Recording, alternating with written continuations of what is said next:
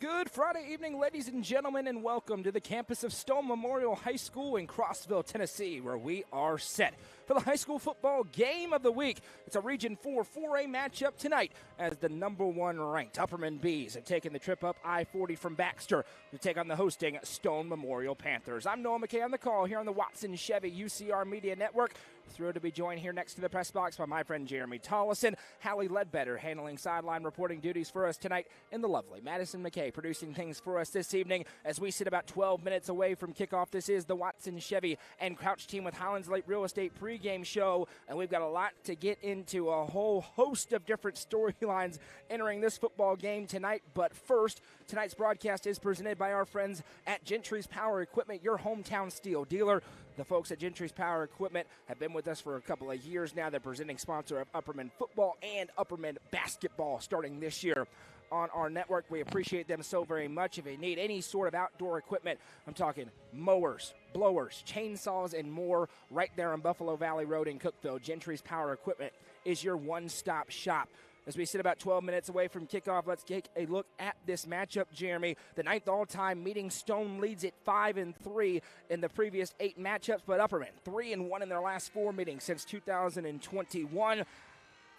And this is a rivalry that has some stories to it and some chapters to it. The last time the Upperman Bees lost a regular season game, and the only time Upperman has lost a region game under Adam Kane, came 2 years ago in this stadium, Upperman's first trip back. The question tonight, is this one last stop on the thing we talked about all last year, the revenge tour for Upperman, or can Stone make it 2 straight in this stadium against the Bees?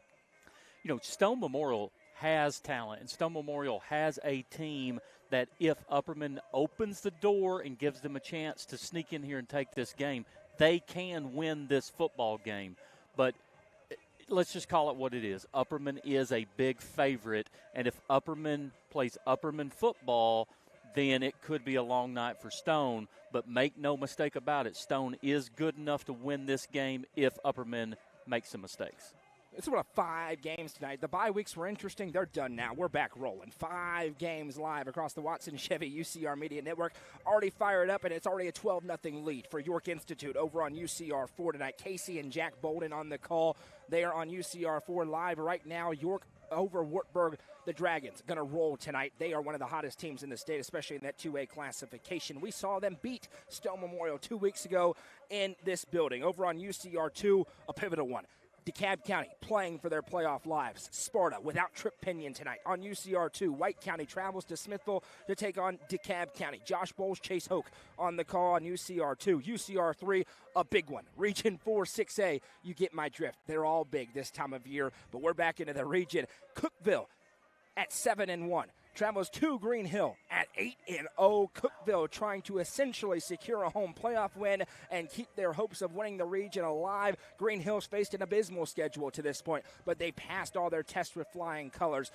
Jacob Vinson, Wes Shanks on the call on UCR3. I mentioned UCR4. I meant UCR5. That's where York and Wartburg is. Over on UCR4, a big momentum game. Livingston Academy hosts Cumberland County, an important one with Rafferty Cleary and JoJo Matheny on the call. Cumberland County's last time out nearly beat DeKalb. Livingston very banged up, but Coach Hauser and company trying to build some big momentum heading into a pivotal year 3 in their program there in Hogeye Country. They're all big games tonight. Let's turn our attention back towards this one as we move through the Watson Chevy pregame show. When they go to the national anthem on the field, we'll go to Adam Kane and Derek Samber, who Hallie caught up with a few minutes ago. But let's take a look at these 2 teams, Jeremy, and get to your keys to the game. Stone Memorial under head coach Derek Samber in their 7th season. He's 44-32 at the helm for the Panthers. Good record, 5-3, 3-1. Wins over Sweetwater, Cumberland County, Meigs County, DeKalb County, and Livingston. Their losses, they don't have a bad one. Cookeville, White County, and York. They're coming off that loss to York before the off week, 27-21. Offensively, as you would expect, the Panthers are explosive with the bright offensive mind at the helm. 31 points per game. Defensively struggling just a little bit here recently. 19.5 points per game allowed, but they haven't allowed more than 35 points in a season. That could matter given their opponent tonight, which is maybe the most explosive offense in the classification. Their opponent, the Upperman Bees, the number 1 ranked team in the state in every poll, the number 1 ranked team in the UC top 5 across all classifications in their 7th season under Adam Kane. He is 73-13, an 8-0 start to the season, undefeated in the region. They have wins over Fayetteville, Lebanon, Macon County, Livingston, White County, Cumberland County, Smith County, White House, and losses to nobody. Last regular season loss here, September 16th, 2022. But this team is a juggernaut offensively, scoring 44 points per game. Their lowest scoring output of the season, 35 against Macon County. Other than that, they've been above 40 in all 8 games they've played. They've hit 50 once. They've been in the upper 40s every other week. Defensively, 11.5 points per game. The starting defense since week 3 in Macon County has allowed 6 points. Both sides of the ball, this is the best team in the state. Derek Sandberg knows it, Jeremy. They got to have a good game. Let's get to your keys to the game tonight. You know, my keys to the game, and listen, we talked about this a second ago. Upperman is the big favorite, and one of the keys to the game for Upperman is to not start slow. You know, bring your style of football. Do not open that window to give a Stone team that they can sneak in here and win this game. You've got to control that and not open the window. Number 2, be balanced on offense. Easy to do when you've got multiple 72 weapons. Yeah, you've got. It seems like 11 weapons on the field at the same time. Where are you going to? But the balance is going to help. And then, obviously, for Upperman, I think if they can control the line of scrimmage on the offense and defensive side of the ball, just a huge advantage to them. And to this point in the season, they have been able to do that week in and week out. My keys to the Stone team is, number 1, control the time of possession. If you can keep this juggernaut offense of Upperman off the field, it will play into your hands. If you can have sustained drives and keep the time of possession in your favor.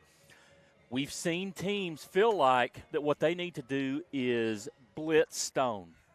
Would not surprise me if Upperman.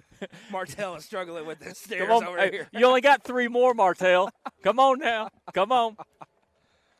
But if Stone has to be able to stop the blitz, and I assure you the defense of Upperman is going to dial up some blitz. They've seen on film some successful teams against Stone with the blitz. And to me, the most important thing, the third key, is Stone has to win the turnover margin. If they're -3 on turnovers, it's a running clock in the 7th half. Yeah, thanks okay? for coming out. If they're +2, +3 in the turnover margin, then Stone hangs in here, and, hey, listen, who knows? We could have a ball game. Control the turnovers and win the turnover margin. It's a Region 4 4A that is still up for grabs. That could change in the next 2.5 hours. The stakes are simple. An Upperman win tonight, it is over. They win the region. Still other seedings to be decided. As we sit tonight, Upperman all alone in first place at 4-0. White County and Stone Memorial tied up in that 2 spot at 3-1 apiece. But Sparta has the head-to-head. But we mentioned Sparta without Trip Pinion tonight. Sparta has to win 1 game of their next 2, tonight or next week against Livingston Academy. If nothing else crazy happens, they would clinch a top 2 seed. But Upperman throttled Sparta a few weeks ago. They have the head-to-head over them. Then 3-2. Macon County sits in the 4 seed right now. They come here next week to face Stone Memorial. DeKalb County still in it. They're playing for their playoff lives tonight against White County. More than likely, DeKalb has to win tonight and next Thursday against this Upperman team to make the playoffs. So they're going to be very spirited tonight over on UCR2. Livingston Academy and Cumberland County, they face off tonight in those bottom 2 spots in the region. Hallie caught up with both head coaches a few minutes ago to talk about this matchup from all angles. We'll hear from Derek Sandberg and Coach Adam Kane now and come back to kickoff in the high school football game of the week.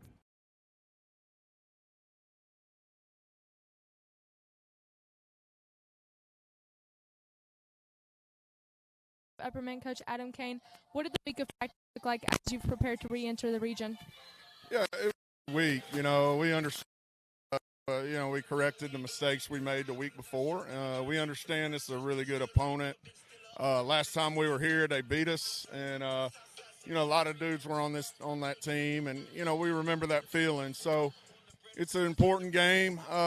We understand they got some really good players, and their coaches know us, and we know them. So it didn't take much to get the guys ready. What do you need to see out of Bronson Chaffin tonight? just do his thing and play within what we're calling. And when it's time to make a play, make it play. Big thing in these kind of games is just take care of the ball and play smart. Thank you, Coach. Good luck to you. With head coach of Stone Memorial, Coach Samber, how crucial is it tonight to establish your run game early on? Yeah, they're really good. You got to sustain drives. They're so explosive offensively. Watching film, it's been hard to find a punt on film. So we know that they're going to move the ball. We got to play some keep away and keep it from them and establish a run and move the chains. What do you need to see out of your defense tonight against a team that's putting up 40-plus points a game? Yeah, don't give up cheap ones, right? We gave up some cheap ones, hit a couple post balls on us last year where we had some kids fall and whatever else. We got to keep everything in front of us, make them drive the field as well. In high school football, if you can get the plays into double digits on a drive, the chances of a mistake, a hold, a fumble, a drop, whatever, increase exponentially. So just make them drive the field, see if they can make a mistake and help us out some. Thank you, Coach. Good luck to you. Gentry's Power Equipment is proud to be the presenting sponsor of Upperman football on UCR. Located at 755 Buffalo Valley Road in Cookeville, Gentry's Power Equipment is your local steel dealer. With a huge selection of outdoor power equipment, including chainsaws, blowers, trimmers, mowers, pressure washers, and more. They are your local one-stop shop for high-quality equipment. Locally owned and operated, Gentry's Power Equipment is proud to support Upperman Athletics and UCR.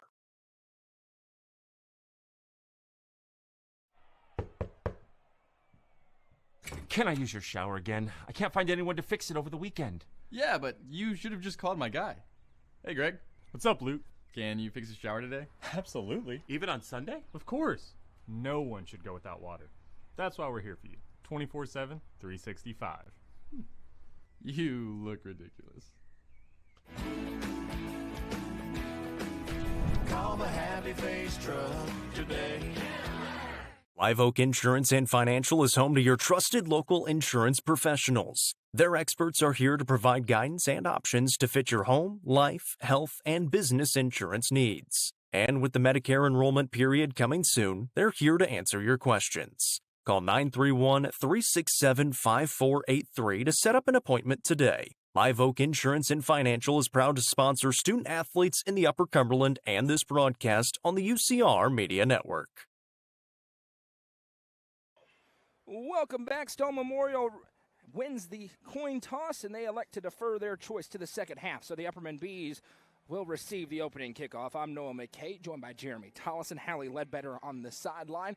The lovely Madison McKay producing things. Michael Lindsay is here tonight. Coverage coming to UpperCumberlandReporter.com from the Crossville Goose.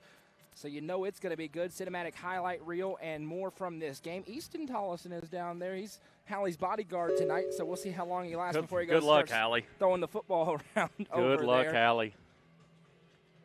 That's all. Hey, on our UCR budget, that's all we could get you, Hallie. Yeah, exactly right, Easton. That's no shortage of superstars in this game. Jeremy Upperman has 8 of them. But the 2 headliners in this game, Bronston Chaffin, he's getting major looks. Already taken a game day visit to Ole Miss this year. Been offered officially by Middle Tennessee State University, by Eastern Kentucky. We're talking about Division I FBS teams. But an electric playmaker on the other side, a kid who's now touching the ball about 30 times a game, Maddox Akendo. We know how elite Bronston Chaffin is. For Stone to have a chance in this game, they got to do all the things you talked about, but 34 has to get rolling in black and gold. Yeah, I agree. And the change of pace 2 or 3 weeks ago, when Stone decided to give Akendo the ball over and over and over, has been successful. And make no mistake, Coach Kane and staff have seen that on film, and they'll have something to try to stop that. But Akendo is explosive.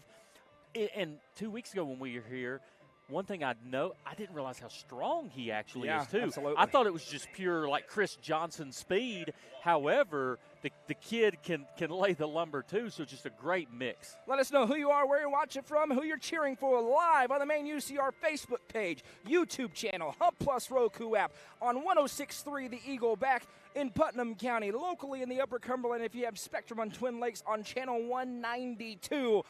It's a Region 4 4A showdown. The number 1 team in the state is in town. Stone Memorial trying to give them their best crack at it tonight. Bronson Chaffin is going to have the football here momentarily. Stone in the black jerseys, white pants, gold numbers and letters on the front and the back with white helmets with a Black Panther on the side. Upperman and the Stormtrooper. White jerseys, white pants, black numbers and letters with the white helmets, the dog bones that they earn from doing something a dog would do during the game. Lining the helmets for each player, and a little onside kick from Kane Basenko is going to be fielded by Upperman, and they will have good field position on the 38 as Carmine Phillips gets it. So we mentioned the superstars for Upperman. Let me rattle off some of them. Chaffin, Polk, Theo Brown, Carmine Phillips, Branson Turnbow, Colton Johnson. That's just the skill position. Elijah Fitz, he can really play. It goes on and on and on. I'm going to go get something to drink from the concession stand, and when you get done with that list, I'll be back. Averaging over 44 points per game, and Bronston Chaffin has a uniform issue. So they're going to make Carmine Phillips be the starting quarterback for Upperman tonight. And usually that's the knee pads, but I don't think it's the knee pads. It's something around the waist. So Carmine Phillips is the backup quarterback.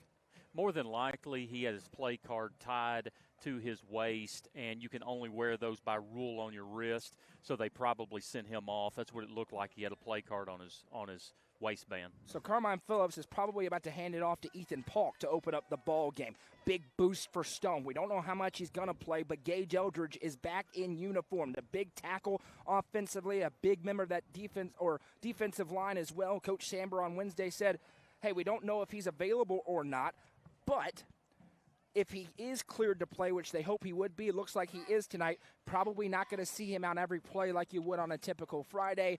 Maybe series off, series on, maybe just one side of the ball. That's still to be determined, but that is a big boost to get by far in size the biggest member of the Stone Memorial Panthers roster back out there. As Carmine Phillips breaks the huddle, it's going to be Bronston Chaffin who's now standing on the sideline. He'll have Ethan Polk on his right. They've had a lot of experience with this year because they've been running clocking everybody this year. And this is a terrible snap. Phillips going to go back and grab it. Now he's going to try to make something happen. Phillips cuts up and breaks one tackle. Now pushed down at the 30. Big loss as they get Cade Radcliffe in there defensively, and the equipment issue followed up by a not great snap gives Stone life, and this is what Coach Samber talked about. He said they needed to force turnovers, and they needed the game to be ugly. That's an ugly opening play for the Bees. Yeah, I mean, it could not have started better for Stone Memorial. They have to create some negative plays, and they'll also take it if Upperman creates a couple of negative plays for them. And now we have a stoppage. We've got a clock issue. And in all my time here, the many games I've called and covered here, the play clock has never worked appropriately. So we're going to give it a shot. Well, the play clock ran for 1 second. It's all the way down to 8 play. seconds, and now they have to reset that up again because Upperman did not have the ball ready to play. So let's just go ahead and get ahead of this, everybody. Shut the play clock off, keep it on the field, and let's get back to it. Yeah, it seems to be a game clock issue, and the white hat, which honestly is one of the best white hats in Middle Tennessee. Yep. Him and I worked the state championship game together about 15 years ago. He just does a tremendous job. 2nd and 18 here for the Bees. Chaffin takes a high snap, gives to Polk. Polk cut down at the line of scrimmage. Nice tackle made. Firing in there is Cody Parker, and a great start for Stone defensively. They got Upperman behind the chains, 3rd and 16. You remember that game a couple of years ago that we talked about? It was ugly. Stone got a score with about a minute to go, went for 2, little trick play. They won it that way. There were penalty flags galore. That's what Stone wants it to be tonight, just an ugly, sloppy football game where they got the ability to make one more play in the final frame. Turnbow and Phillips. This offense is designed, unlike a lot, to convert on this, but it is 3rd and long. 3rd and 14 for Chaffin and company. As Stone shows blitz, will they bring it? They sure are. Chaffin play fake, fires over. Receiver Turnbow makes the catch, backing, and he will be pushed down. The ball is out on the ground. It's loose. And they are awarding it to Stone. Turnbow got pushed backwards. It was ripped out, and the Panthers take over on offense. A host were in there, but Vance Bell rips it out, and possession goes back the other way to Stone, who's had a dream start here, 1st and 10 on the 39. We talk about winning the playoff margin, and you're +1 after the first drive. Coach Samber, hey, you win and defer. and you get +1 turnover margin on the first drive. You could not have scripted this any better. 1st and 10 for Noah Potter, the junior quarterback who's really coming into his own. First year here at Stone, he's a junior. Only 1 turnover this year, was on the pick last week, or 2 weeks ago rather, before the bye week against York. He takes the snap, gives to Maddox Akendo. Akendo breaks 1 tackle. He bursts through, and now he's still on his feet. There goes Akendo, who's put down. It was a tale of 2 games a year ago. The most motivated Upperman team I think we've ever seen routed Stone, 48-6 in Baxter. Then they met again in the playoffs, a more normal game, a 28-14 victory for the Bees, as Zach Maynard gets down the electric Maddox Akendo.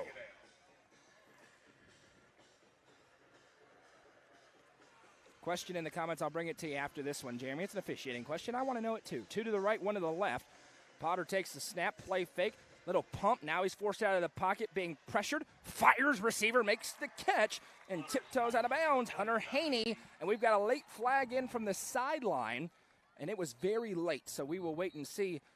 Any argument that Branson Turnbow's forward progress was stopped on that fumble, Jeremy? You know, I don't have a great look at it, but we are far away. But it was, I thought it was. At minimum, really, really, really close. And this is a hurtful one for Stone. It is against the Panthers. We'll take away a Turner Roofing first down and make it 2nd and long. It's an eligible man downfield, so not 2nd and long, but we'll make it 2nd and about 6. I've already got 1 text saying his forward progress was stopped. I'm very confident that I agree that his forward progress was stopped. 2 receivers to the right, Akendo in the backfield, Caden Page all on the left. He is electric this year. Snap taken, going to hand off to Akendo. Big hole to run through. Maddox Akendo bounces it up. Oh, my goodness, got popped. Branson Turnbow levels the boom. It'll be 3rd down and about half a yard. And again, never mind. They gave the first down. It's definitely short. It's 3rd down. Yeah, okay. 3rd down. The official marked like it was a first down. 3rd down and short. Snap taken. Rolling out, Potter fires, receiver makes the catch. It's Page. Now this is a first down, and he'll be finished off. Turnbow there. Theo Brown makes the tackle, and it is a Turner Roofing first down. Turner Roofing, locally owned and operated for over 60 years, servicing mostly commercial properties, also some residential as well. We thank them for their sponsorship of us.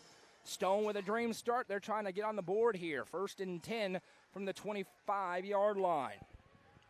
Cumberland County up on Livingston 7-0. 2 to the right, 1 to the left.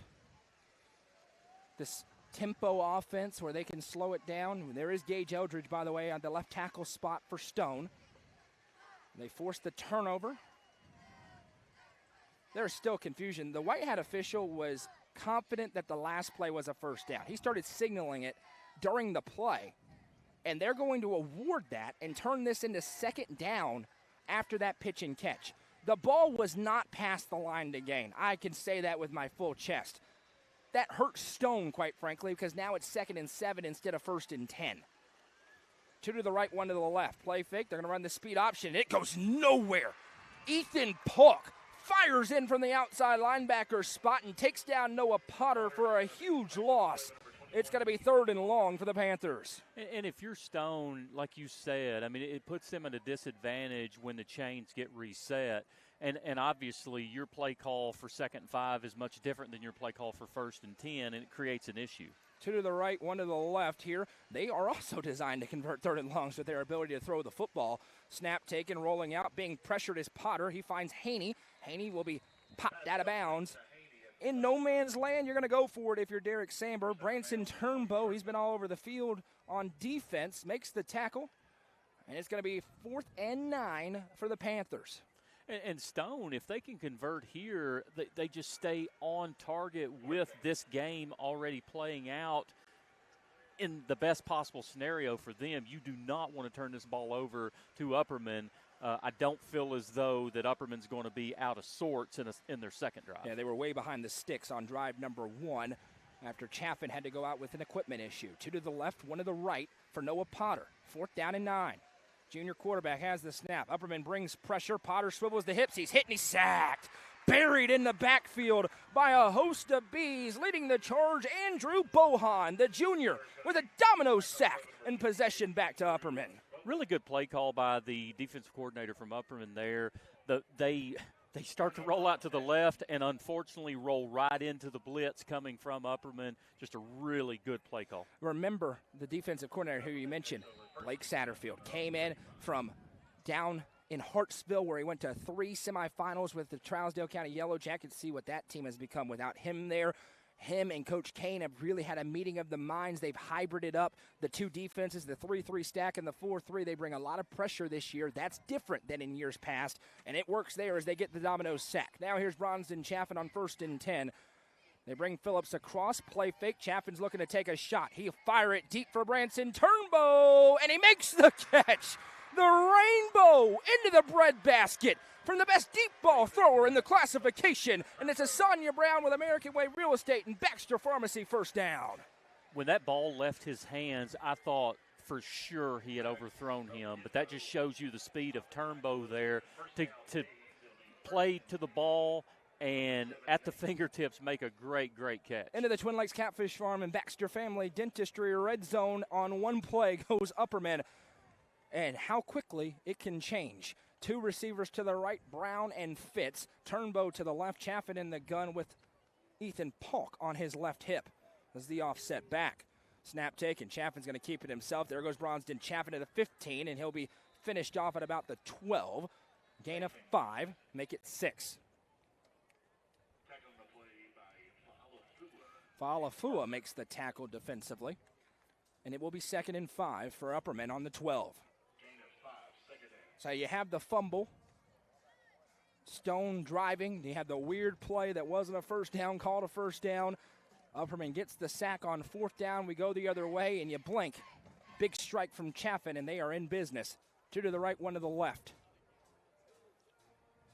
Stone shows blitz off that left side again. They're going to bring it. Snap taken, play fake, firing away to Carmine Phillips. Puts a foot in the ground. There goes Carmine Phillips to the 10 to the 5 and down at the 2. To Baxter Pharmacy and Sonia Brown with American Way Real Estate first down. And again, you look at that play and you think Phillips is getting tackled for a 2-yard loss and just makes a jump cut, steps inside, and then a burst of speed for 10 yards. And the only question now is if it's going to be 8 or 21 that's about to rumble this football forward for the Bees. As Chaffin breaks the huddle, sends 2 out to the right, 1 to the left. Coach Adam Kane is the play caller for this offense. And he has opened it up this year with all the weapons he has to play with. Chaffin gives the hard count.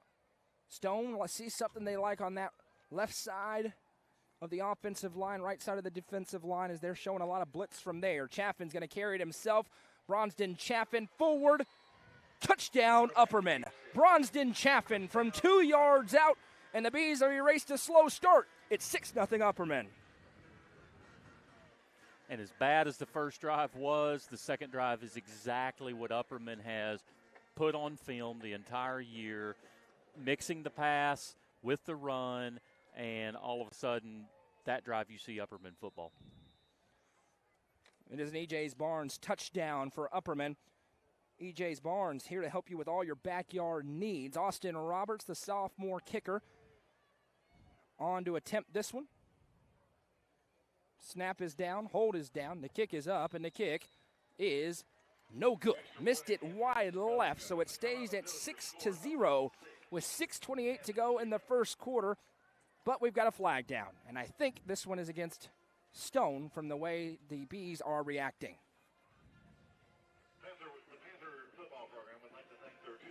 Looks like a personal foul. And Upperman's going to go for 2 after that. What I can imagine happened there is one of the Stone players jumping over one of the offensive linemen.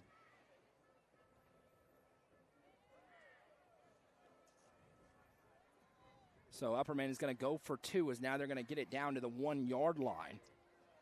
So Bronston Chaffin will come out. The 1.5 yard line. Sorry. It's not an exact science up here to us. It is to you down there. Score update. Demarius Dow with a 20-yard rushing touchdown. Sparta without Trip Pinion, up 7-0 on DeKalb County tonight.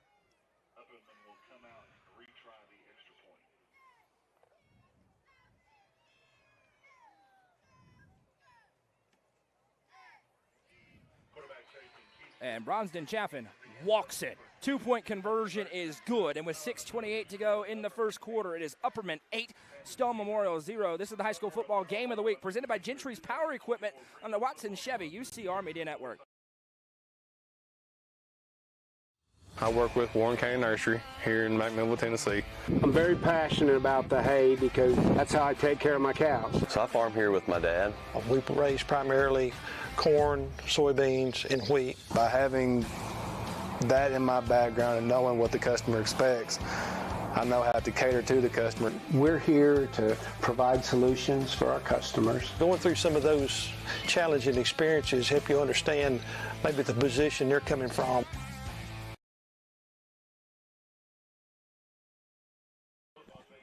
Welcome back to Crossville. Upperman with the lead. It's 8-0. Disastrous on the first start for the number one ranked team in the state. With the second drive, very much a familiar refrain as they hit a deep ball to Branson Turnbow, and a couple of plays later, Bronston Chaffin takes it in from 2 yards out.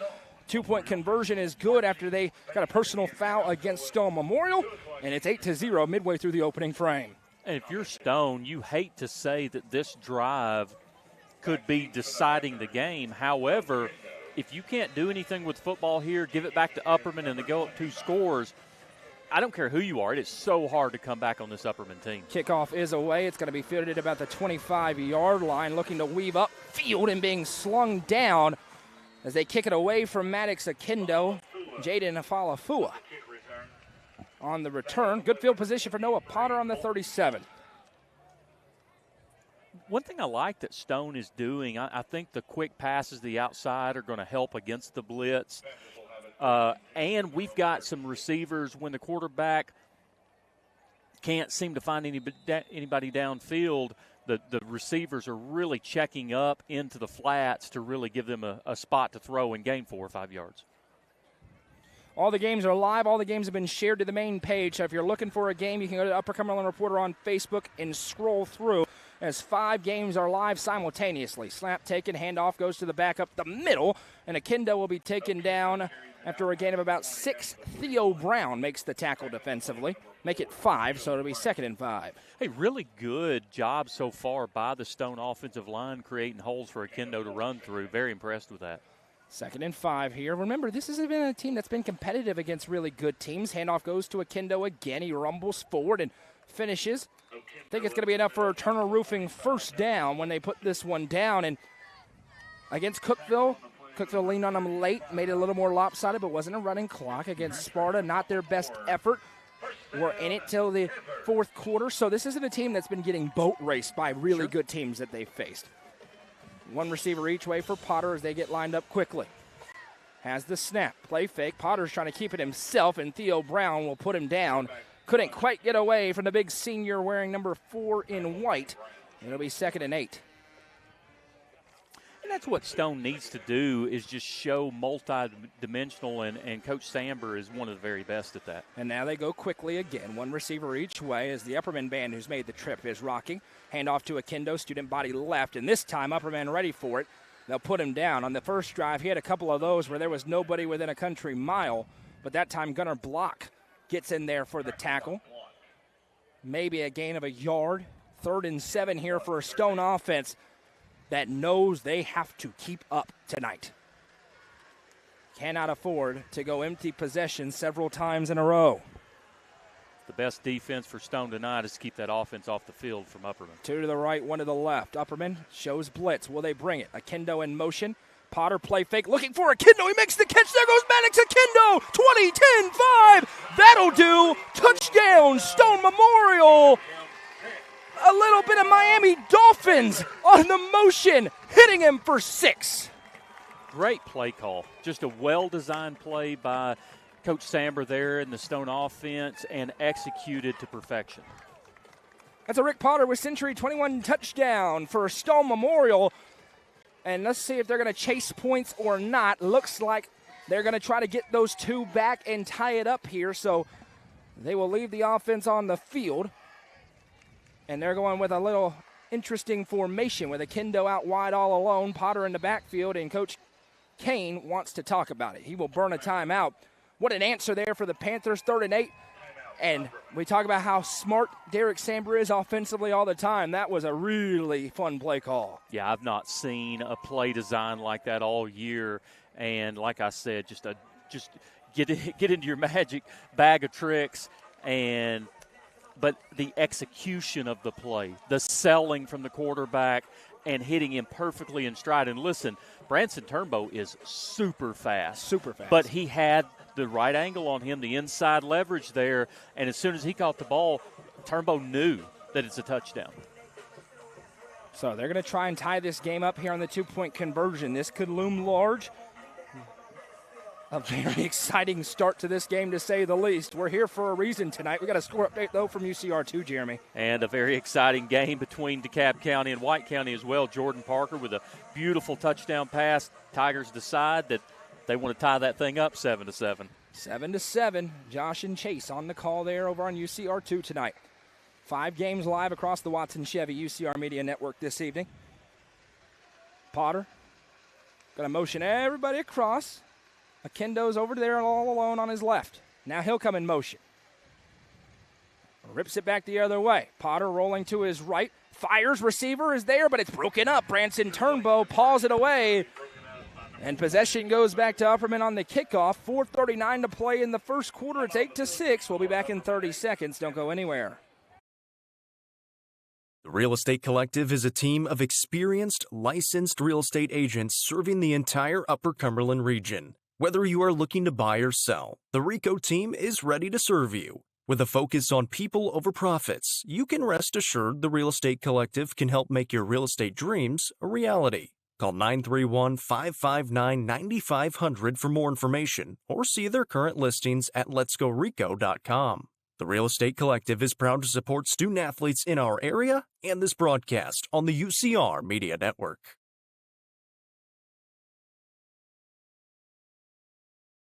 Welcome back. Stone answers. 2-point conversion's no good, but it's a one-score game, 8-6. And we saw a little bit of an onside squib-ish kick on the first one. We'll see what Caden Masenko does here. What was weird on that first kick, and it looks like they're doing it again, they're not using a tee. They're just putting the ball straight on the ground and kicking that. Super hard to control that when you do that, but also super hard for the Upperman team to read how the ball is going to bounce. And now they're going to do the exact same thing. This one's going to be fielded cleanly, looking for a return. Not finding much room, but pushing forward, and Bronston Chaffin has business. He's on the Stone 49 when the junior quarterback will trot out here. Bronston Chaffin, 6'4.5", 229 pounds, can throw a deep ball into a bucket as we saw, can run with power as we've seen. He's going to play Division I college football somewhere at a high level. It's just not fair. Some guys just have it all, don't they? Yeah, it's not me. It is certainly not me. Like I've told you, the only thing that kept me from playing Division I football was talent. Yeah, that doesn't help, not having that. 2 receivers set. Brown and Turnbow for the Bees, working right to left on your radio dial if you're listening on 106.3 The Eagle. Snap taken. Handoff goes to Paulk. Paulk hitting the backfield immediately, and nothing doing there.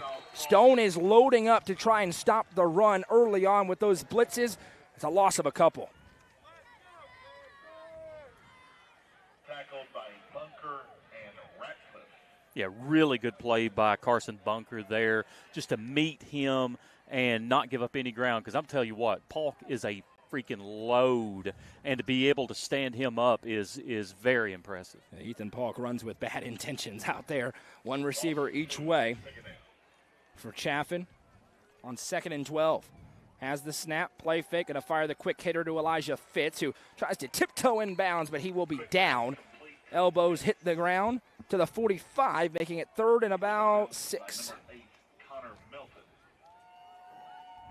Lots of people tuning in. We'll read through some of the comments here coming up momentarily.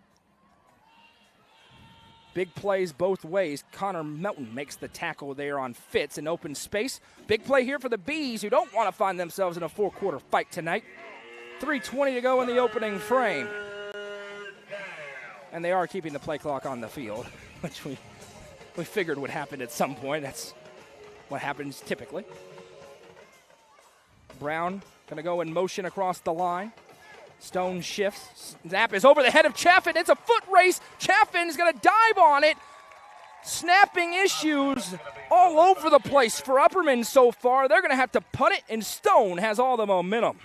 They do. They're down 2 points. However, keys to the game are to capitalize on mistakes from Upperman. Upperman, key to the game is do not open the window to give Stone a chance. And except for that second drive, the first and third drive, they've certainly left the window open, and there's a draft coming through. Carmine Phillips, the punter. 2 return men back deep as Stone looks for a big play to flip the field. They also look like they may be about to bring it.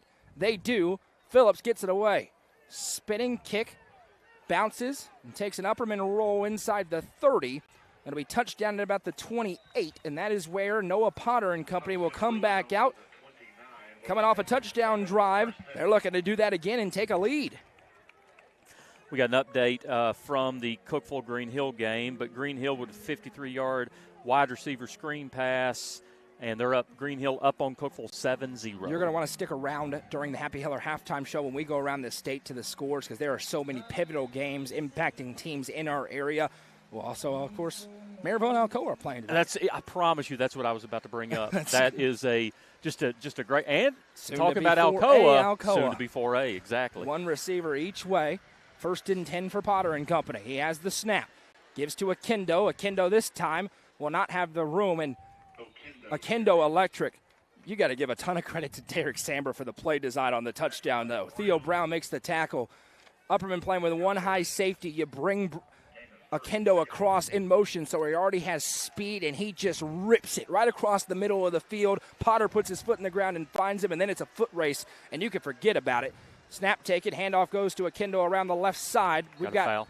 Illegal motion. There were 2 people in motion for Stone. There was, and really what you've got is you've got the offensive lineman from Stone going down at the snap. It's kind of, here's just a rule of thumb as you're officiating. If he's going down at the snap, it's a live ball foul. If he's coming up at the snap, you kill it.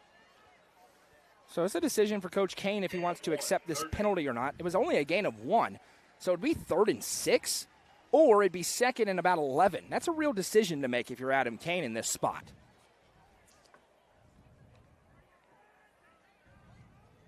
And Coach Kane's, I think, trying to get clarification on where this ball would go if he accepts it versus if he declines it. He wants this to be exact. Problem, did the box move? Has the box already moved? Potentially. We've got some issues operationally so far this evening. And it looks like they're going to accept the penalty. They are. So to make it 2nd down and long here after the illegal shift penalty going against Stone, it'll be 2nd down and 12.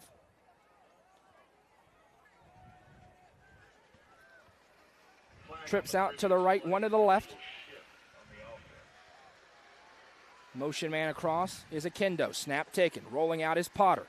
Going to fire it to Akendo, who makes the catch now, puts his foot in the ground, gets hit and finished off.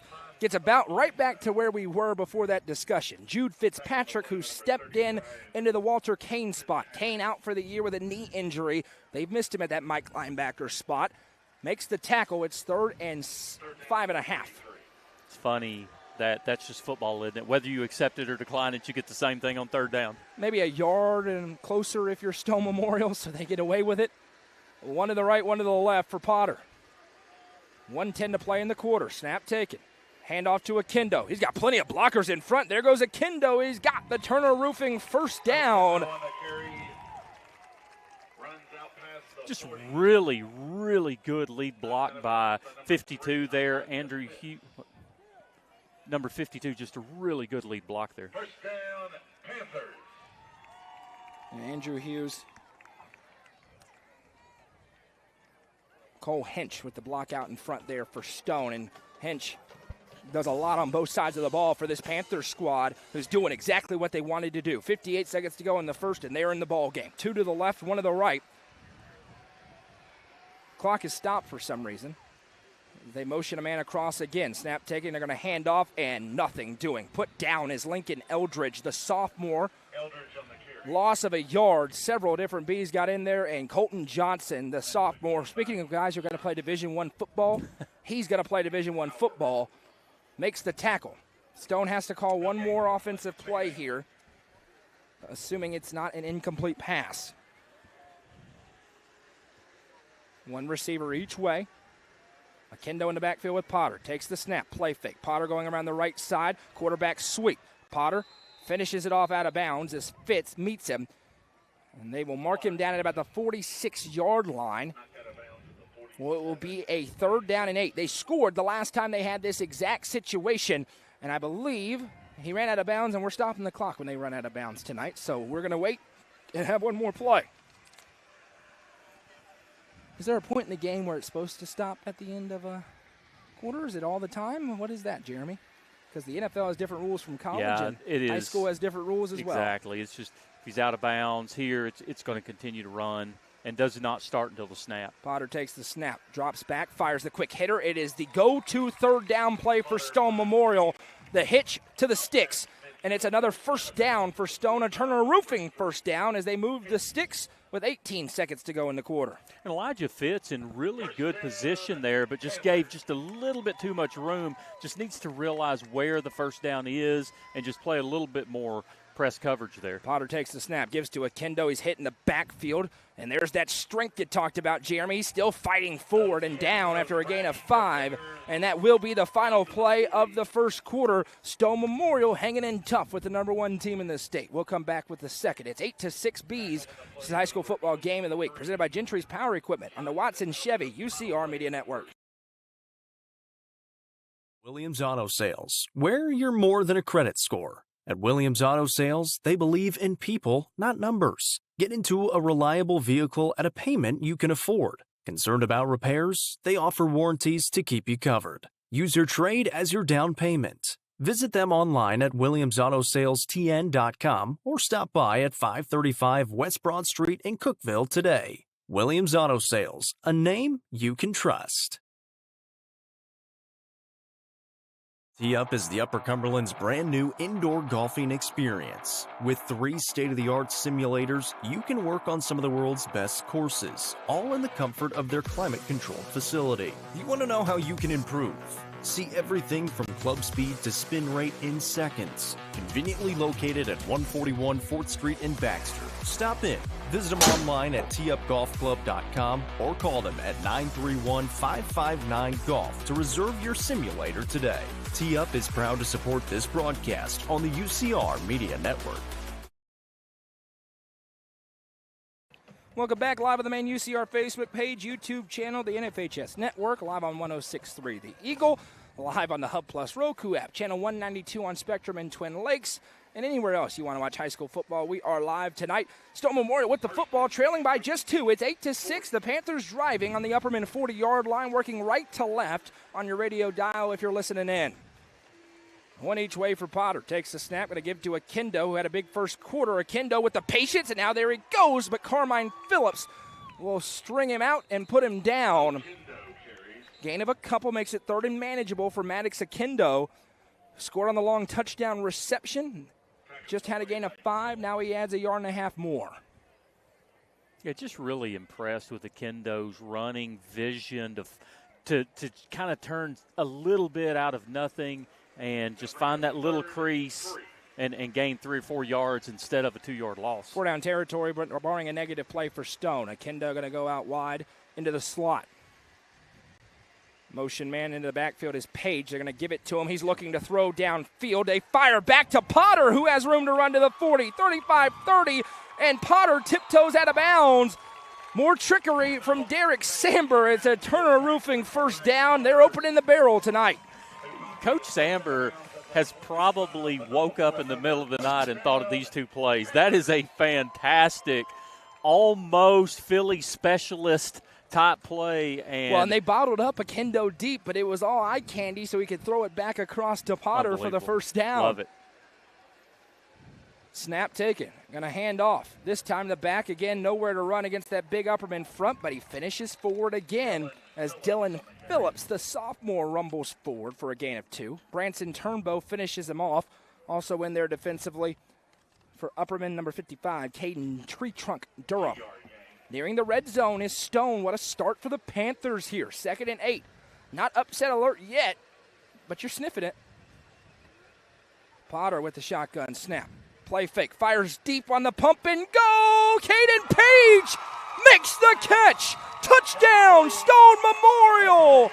Potter to Page, and Stone leads.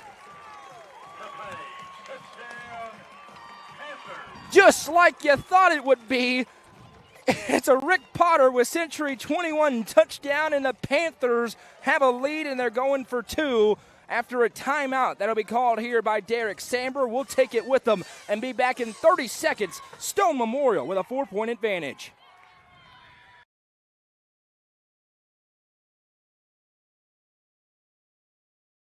Watson Chevrolet is proud to present the area's best selection of new and pre-owned cars, trucks, and SUVs. Watson Chevy's staff of experts are ready to get you into your next vehicle with unmatched service and knowledge. Stop in at 2350 Cookeville Highway and test drive the all-new Chevy Trax or Silverado today. And remember, don't buy till you see Jason Fye. Watson Chevy is proud to be the presenting sponsor of the UCR Media Network. Stone Memorial with a touchdown strike. Noah Potter to Caden Page, and the Panthers are going to go for 2 and try to get a couple of points back. They lead 12-8, and remember, we talked about it just now in the break, Jeremy.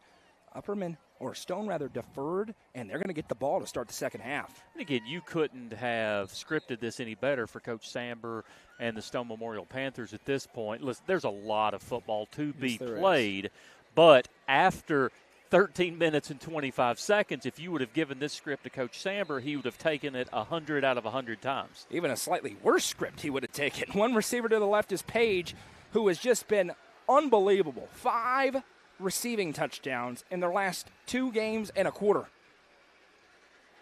And now a late arriver onto the field, and I wonder if that's intentional or not. Let's Hunter remember Haney this comes play on clock late. is 25 seconds after the timeout. It's running down now, ticking away. Potter calls, has the snap. Going to play fake, gets away from a rusher.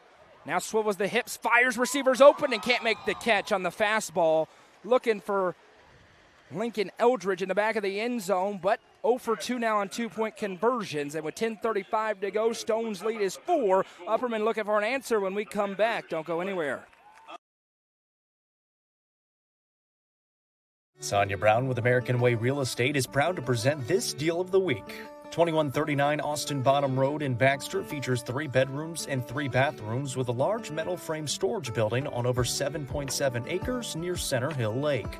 Call Sonia Brown at 931-979-7145 to view this beautiful property today.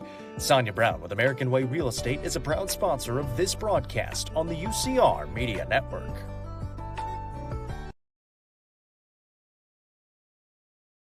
Derek Samber is in his bag tonight. Trick plays galore, and it's working as Stone leads 12-8.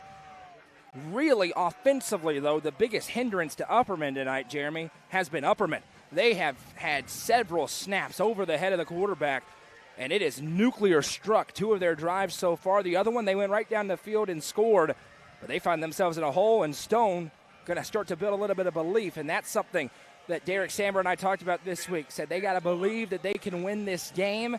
You're seeing that right now on the field.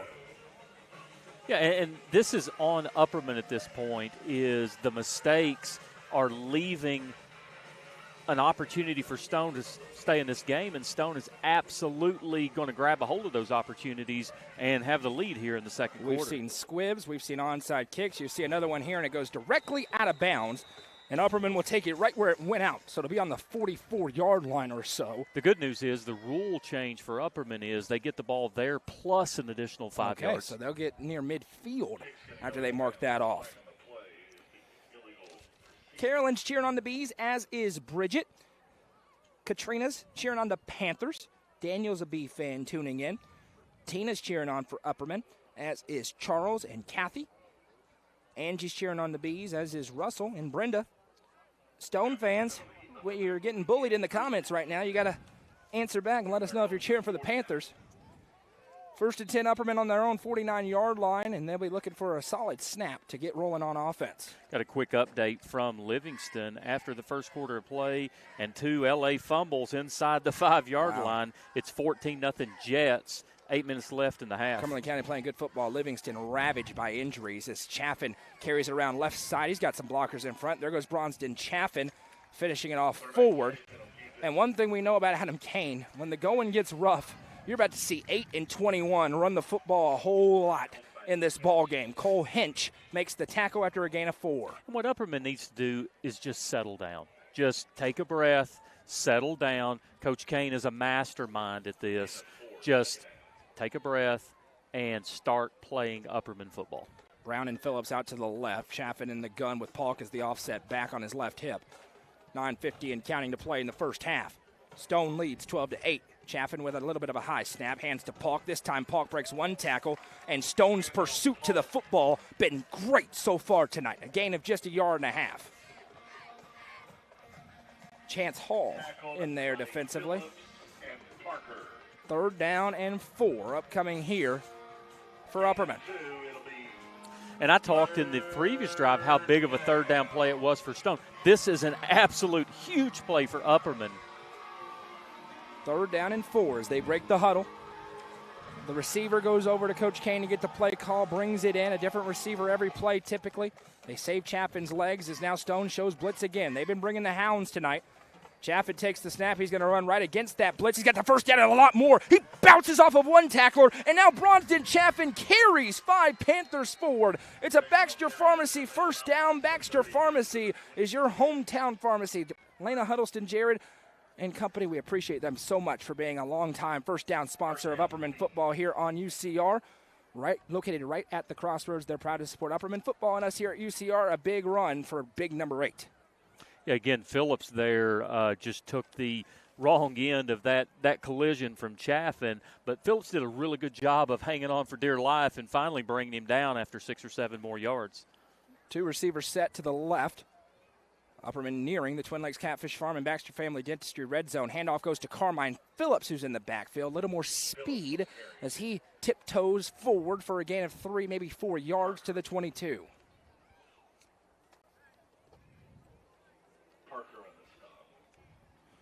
Cody Parker on the stop. Another score update on the Quality Family scoreboard. Jordan Parker with a big touchdown pass for DeKalb County, tying the football game up 14-14, saying, listen, our playoff lives are not dead yet. We're coming after it. 2 to the left here for Chaffin again. Same formation we've seen this entire drive. 2nd and 8. Snap taken. Chaffin play fake. It pops right out of his hand. That is a loose football. It is free game. It is Stone. Stone thinks football. They have it. No signal yet. You got the line judge stopping the clock, which gives you the idea it's Stone. They do. Coming out with the football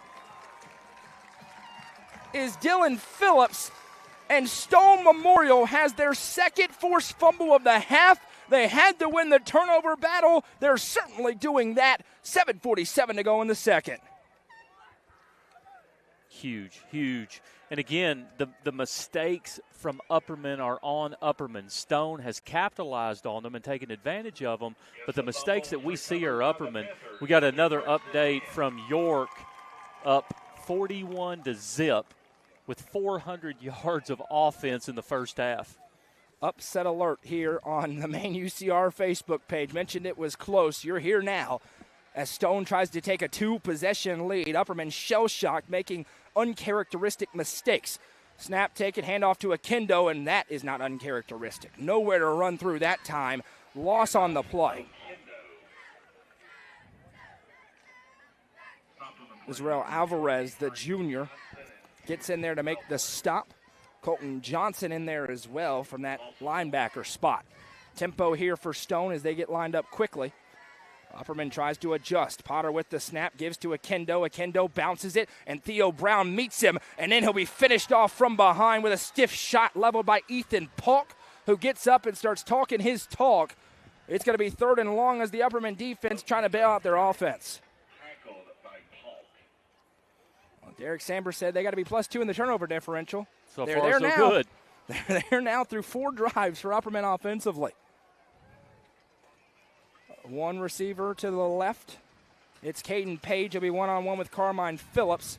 3rd and long. This hasn't stopped him so far.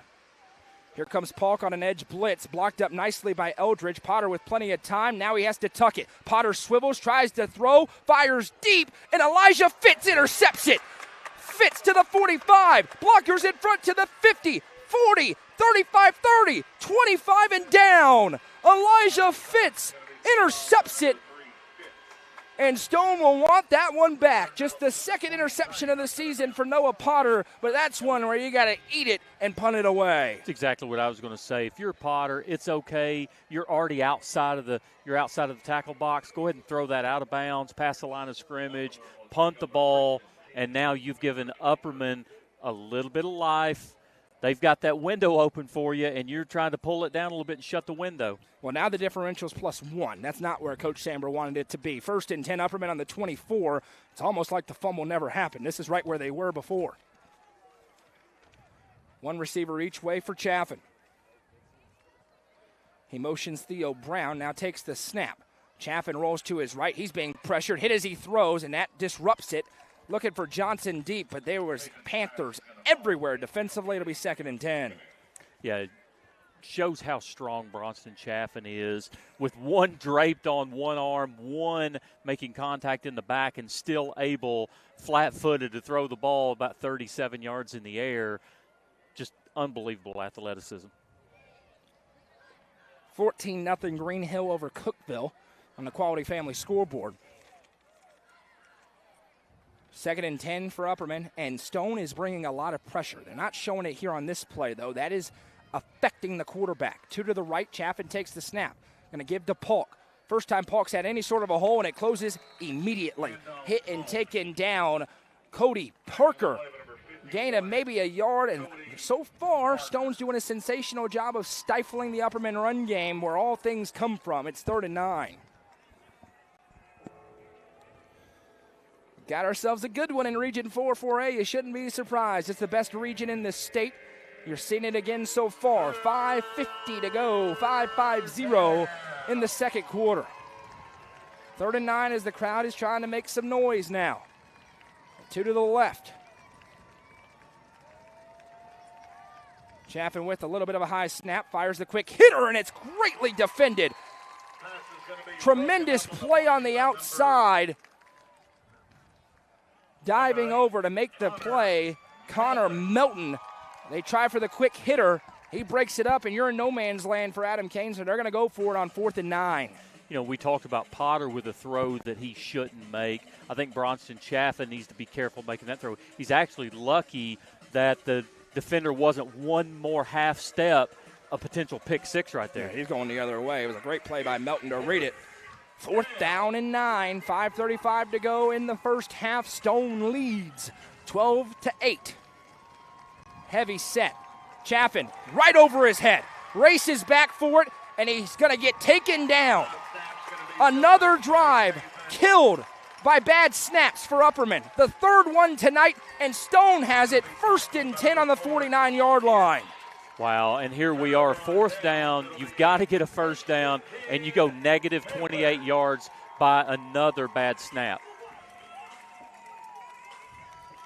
And Chaffin is gigantic. To snap it over his head, you got to be way over his head. And again, I understand the speed on the snap trying to get it to Chaffin, but these have went over his head, and they seem like they're going about 62 miles an hour. Coach Kane cannot be happy about that. Coach Kane's going to be saying who can snap the ball right now over there on that sideline. 5:31 to go in the first half. Stone gets bailed out after an interception. They go back to work with good field position. They're on their own 48-yard line. Again, if you're Coach Samber here, you go for a kill shot. Snap taken. Play fake. Potter's going to keep it himself. Potter gets hit at the line of scrimmage, and Upperman will get their money's worth. Gets to midfield. 2nd down upcoming here.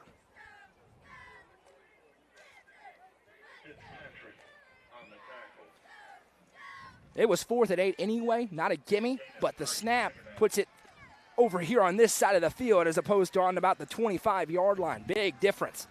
One receiver each way for Potter. Do they take the shot? Not yet. Akendo trying to stretch it, and he will be tripped up from behind, as Ethan Polk comes around the edge to make the stop, and he's a bit slow to get up. And Polk is hobbled, and that is not what you want to see if you're an Upperman fan. He's staying out there before a 3rd and 7 from the 49-yard line. And if you're Stone Memorial here, worst case scenario, you want to punt the ball, try to pin Upperman into inside the 20 and make them go the full field to try to take the lead. Snap taken. They're going to hand off to Akendo. Akendo with nowhere to run, but they're pushing him forward. Big pile up. Now Upperman pushes him back. Gain of a yard, 4th and 5, and to me, that's a play call that you run if you're going to go for it, as Theo Brown gets in there on the stop. One of the comments asking about going under center. Neither one of these teams tonight are going under center, outside of maybe one play at the end. Don't hold your breath on that one. 4th down and 4, not in 2024. On a 4th and half yard, not maybe. In 2024. You're not going to see that, no matter what the snapping issues are. Offense stays on the field for Stone, and why not? Upperman's offense hadn't done much of anything outside of one drive. One receiver each way. See if they win those quick hitches. Page has plenty of space to operate, and timeout called by Derek Samber as they gave a little hard count, and now we'll discuss things. What do you think happens here, Jeremy? They stay on the field to go for this? I think they punt. We will have the Happy Heller halftime show coming up. We'll also remind you to join us later on tonight for the Friday Night End Zone show. And if this continues, you're not going to want to miss that one. There'll be some discussion. We will have some stuff to talk about. Regardless of what happens here tonight, myself and Jacob will have callers call in from around the area and have a lot of fun. That's coming up at the conclusion of tonight's games live on the main UCR Facebook page. We'll also tell you to join us Tuesday night for the UCR football show. Jacob and myself will preview a big Week 11 slate. The final week of the regular season is nearly upon us. Games on Thursday and on Friday, so we'll preview all of them and predict them as well. Yes, indeed, we will have Halloween football, and that means we get to double dip next week with streams. I do want to thank you for the show after the game tonight for not having the long-haired country boy with you on that game. Yeah, it's not his time yet. I got a feeling he's about to make a grand reappearance. Oh, my gosh. Interesting that Upperman's playing a little bit of soft coverage on the outside on 4th and 4. Offense on the field. Potter with the snap. Play fake. Fires the quick hitter to Page. And it's caught for a 1st down. And that's easy picking for Stone. A gain of 5. And Coach Samber's seen something on film he likes, and I really don't understand why the Upperman corners are playing so far. You know they're going to run the hitch. It's Stone Memorial football. They do, and it's 1st and 10.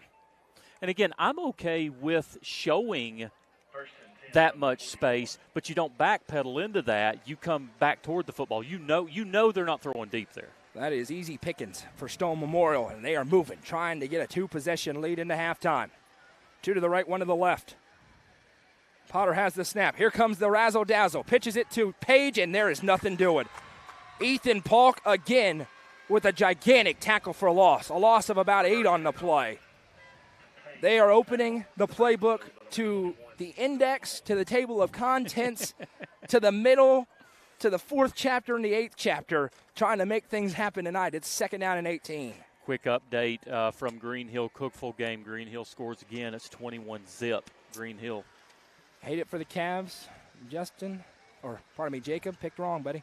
Snap taken. It's a bit high. Potter has it, though. Rumbles to the right. Gets away from pressure. Now fires, and it's tipped up.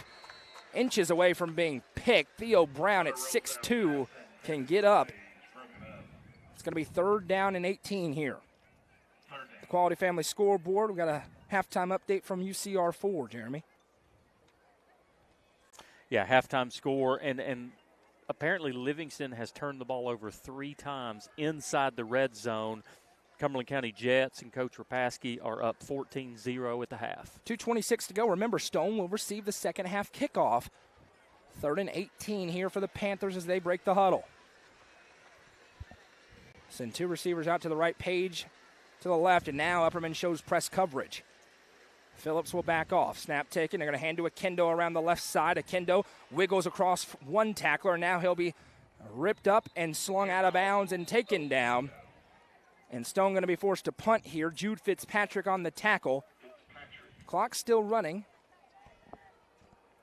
It's 4th and long, and this is going to be a likely punting situation for Derek Samber. Noah Potter drops back and is the punter for this team. And obviously, Coach Samber is going to run the play clock down as far as he can. Surprised that Coach Kane decided not to take a timeout there. I know he's only got 2 left, but surprised he didn't try to take one there. So Potter does drop back deep to punt this one away. Carmine Phillips is the returner, and now he's going to burn the timeout after about 12 extra seconds went off the clock. So Upperman burns their second timeout of the half.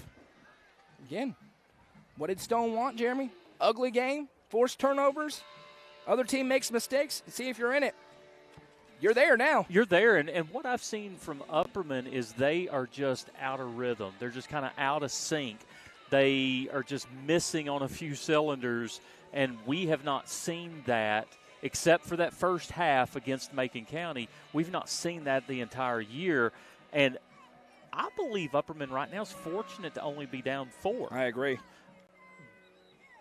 But again, we've just not seen that from Upperman, and I agree. It should be. You make the arguments it should be a 3-score game. Exactly, right now. and they have got to regroup at halftime now.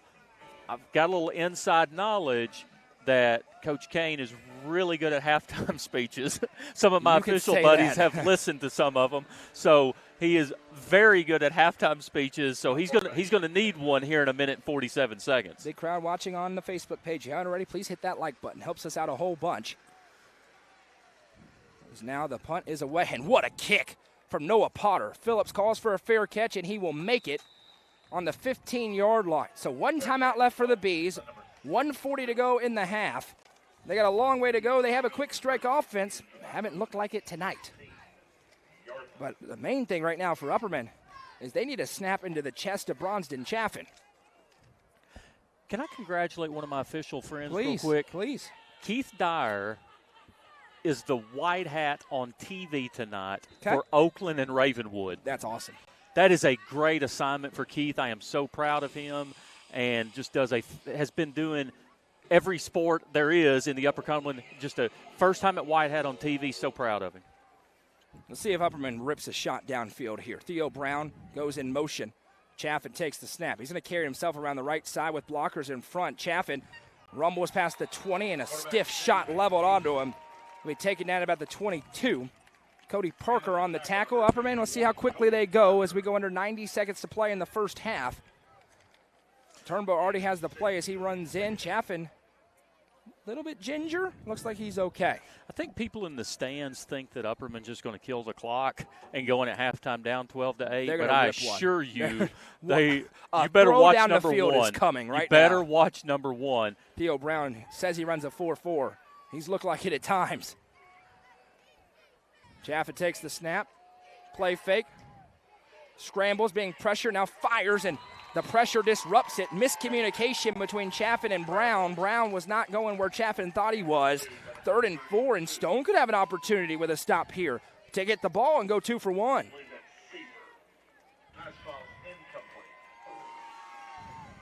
And there's some more juice in this crowd all of a sudden than what we've had here the last few weeks. Playing a little Stone Cold, glass breaking. They're ready to go. Time stops with 56 seconds to go in the half.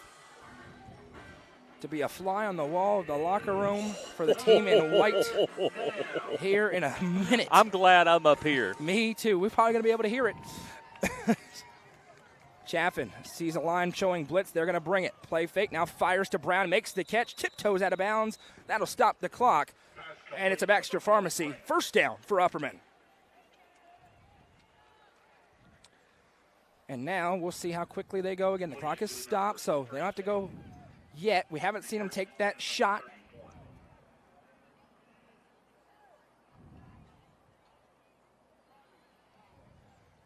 First and 10. We'll give you an update on that Oakland Ravenwood game. What a game it is.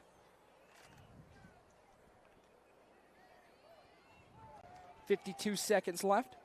2 receivers each way. Snap taken. Dropping back is Chaffin. Has more time than he's had. Rolls to his right, looking deep. Fires to Fitz. Didn't make the catch as he tried to stretch and tiptoe in bounds. 44 seconds to go in the half. And good for Upperman there. The clock stopped, regroup. You've got 40 seconds to run this and got 1 timeout. neither team has a significant kicking game here tonight. So you're not going to be talking about they got to get here to attempt a field goal. It's no Matt Stovers or and now inside the 10 with a second to go, sure, you may see it, but even then, probably higher percentage to go out there and try and punch it in with these two offenses. 4 receivers set here as they try to spread them out. Stone playing way off defensively. Chaffin takes the snap, rolls to his left, fires. Receiver makes the catch. It's Fitz. And Elijah Fitz is going to be taken down, and they're going to mark him short of the first down. Officials fumbling the football, trying to get it set up in a hurry here. 30 seconds left, ticking away. Coach Kane holding his timeout. Get the football down, gentlemen. Chaffin with 23 seconds has the snap, drops back, fires left. Receiver Turnbow makes the catch and darts out of bounds. Time ticks away, an extra 2 seconds off the clock. It says 16 now. We've not had the crispest operation so far either way in this game. 1st and 10 from the 48. Upperman still has 1 timeout, but they're running out of time with 16.4 on the clock. Stone still playing very soft, but they are showing pressure. They're bringing it. Chaffin fires. Turnbow's not ready for it. Chaffin was about to get sacked and had to just dump it away. 13 seconds, and Stone's about to get a celebration into the locker room here. Never too early to remind you, stick around post-game. From the American Farmhouse and Rico post-game show, where we will go through this entire game, have an interview with the winning coach with Hallie, and of course have the Nelson Trophy and screen printing player of the game. 2 receivers to the right, 2 to the left. Chaffin with the snap. Here comes pressure again. Chaffin fires over the middle. Carmine Phillips makes the catch, tiptoes forward, and now will be pushed down. 6 seconds, 5 seconds, 4 seconds as it stops to reset the chains. Coach Kane's going to have to burn a timeout here. He's got 1 left. He might as well. 4 seconds to go, and there it is. It's going to be Hail Mary time for the Bees. Yeah, and with the rule change a couple years ago, they're going to start the clock as soon as the ball is set by the umpire, and the chain still could be working down the field. But, yeah, he had to burn a timeout there. So if you're Stone Memorial, this is a dream come true right now, the way they've opened this football game. Yeah, obviously anything can happen in this last play with 4.5 seconds to go. We've seen some miracle things happen. Maybe Coach Kane's got something up his sleeve on a trick play.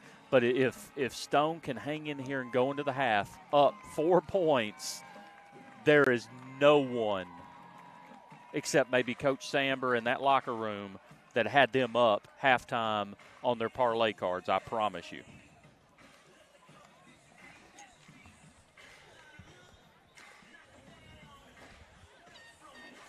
First and 10 from the 37-yard line upcoming here. But it's all about Hail Mary time because there's 4.5 seconds to go.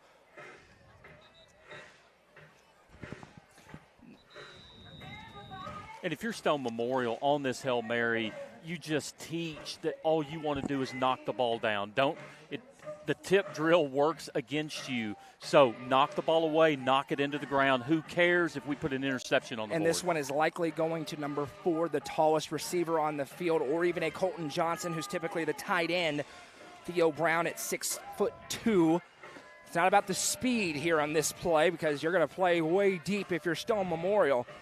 Again, just the first half, but what a first half it's been as the undefeated number 1 ranked team in the state is down by 4. They're going to have a Hail Mary attempt here from the 37-yard line.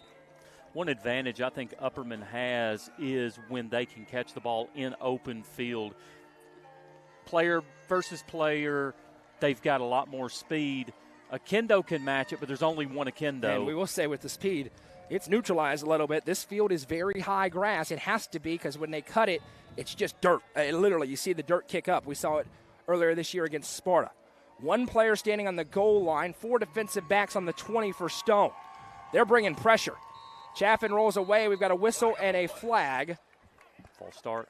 False start, I would imagine here. Stone was showing that blitz. You get a little bit of an early start up front potentially. And it is on Stone. They encroached that, so it'll make it a little bit easier. And the one thing there is no question about is Bronston Chaffin has the arm to get this into the end zone, Jeremy. Yeah, and we're not wondering about that at this point in time. Not that it's going to matter because I think the play clock's going to run out, but we've got to put 4 point back on on the clock. And they did turn and point that up towards the press box. So it says 2.6 right now, should be 4.5. I don't see any play that Upperman's going to run that's going to take less than that and be out of bounds. And stop it on the right exact time. You're not going to cut it that close. So they have to wait here. That's the stoppage for it to go to 4.5 seconds to go. Great crowd tuning in online. We welcome you on the main Facebook page, wherever else you're watching or listening from tonight. Happy to be along with you. Happy Hiller halftime show coming up. As the clock is set, we'll hear from our sponsors, have the scoreboard, recap this first half, preview the second. We got a lot to talk about. Stone shows blitz again. They're bringing it. Chaffin rolls to his right, steps up, fires deep. He is looking for Brown, who's one-on-one. Little nudge, we're all good. Incomplete.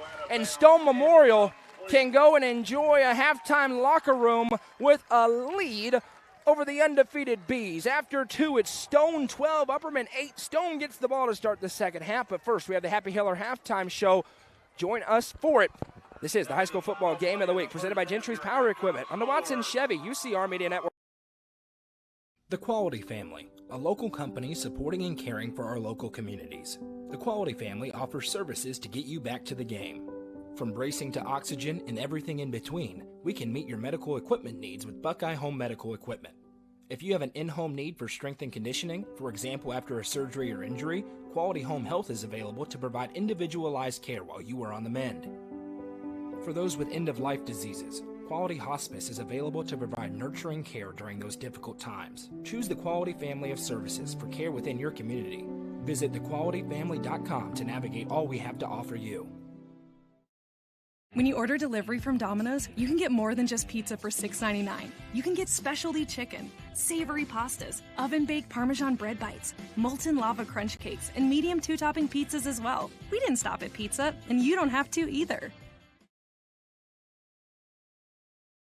Nelson Trophy and Screen Printing is proud to support student athletes and athletic departments throughout the Upper Cumberland. They're also proud to sponsor the Nelson Trophy and Screen Printing Player of the Game on this broadcast. From trophies to t-shirts, they can do it all. Stop by and see them at 120 Circle Drive in Allgood or give them a call at 931-537-9559. Nelson Trophy and Screen Printing is proud to sponsor this broadcast on the UCR Media Network. Fire and Vine in Cookeville is the Upper Cumberland's home for delicious Chicago-style pizza, beef, chicken, fish, and more. Located in Cookeville's historic downtown district, Fire and Vine's food and atmosphere will keep you coming back for more. Take in stunning views with the UCR team on Tuesday nights at 7, live for the UCR Coaches Show from the rooftop. Fire and Vine is a proud sponsor of this broadcast on the UCR Media Network.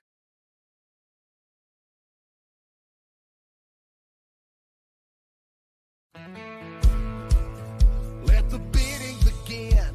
It's time for the show, and you know it's gonna go high. There's a buzz in the air, and people come from everywhere to hear the auctioneer cry.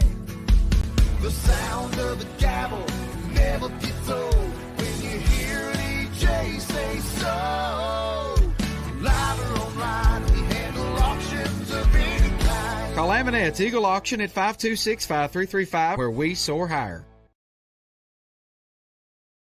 The Crouch team with Highlands Elite Real Estate is proud to present this brand new home on Charles Golden Road in Sparta. Featuring 2 bedrooms and 2.5 bathrooms, this house in the Cumberland View subdivision could be your forever home. Call 931-979-1191 for more information and to schedule a showing, or visit chadandamycrouch.com. The Crouch team with Highlands Elite Real Estate is a proud sponsor of this broadcast on the UCR Media Network.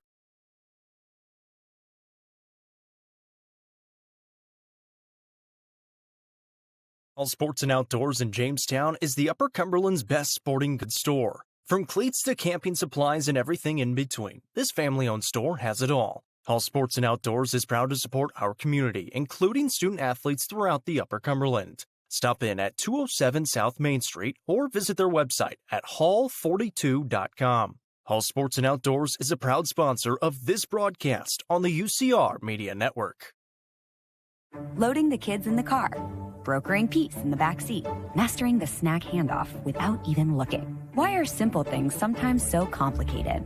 Thankfully, with auto owners, insurance doesn't have to be one of them. We work with independent agents who keep insurance simple, so you can worry about more important things, like figuring out what's growing in that cup holder. That's simple human sense. Visit swallowsinsurance.com or call us today, 931-526-4025. Protecting your future. It's what we do. Gentry's Power Equipment is proud to be the presenting sponsor of Upperman football on UCR. Located at 755 Buffalo Valley Road in Cookeville, Gentry's Power Equipment is your local steel dealer. With a huge selection of outdoor power equipment, including chainsaws, blowers, trimmers, mowers, pressure washers, and more. They are your local one-stop shop for high-quality equipment. Locally owned and operated, Gentry's Power Equipment is proud to support Upperman Athletics and UCR.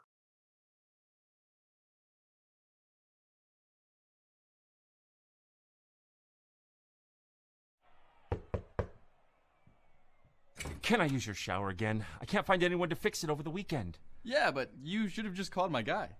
Hey, Greg. What's up, Luke? Can you fix the shower today? Absolutely. Even on Sunday? Of course. No one should go without water. That's why we're here for you. 24/7, 365. You look ridiculous. Call the Happy Face Truck today.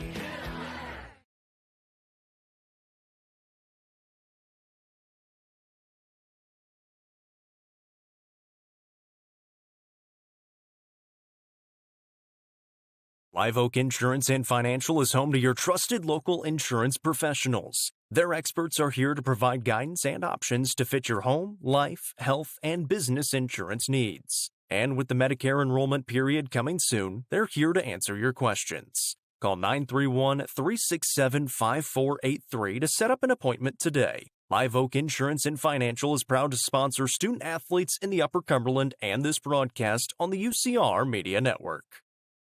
I work with Warren County Nursery here in McMinnville, Tennessee. I'm very passionate about the hay because that's how I take care of my cows. So I farm here with my dad. We raise primarily corn, soybeans, and wheat. By having that in my background and knowing what the customer expects, I know how to cater to the customer. We're here to provide solutions for our customers. Going through some of those challenging experiences help you understand maybe the position they're coming from.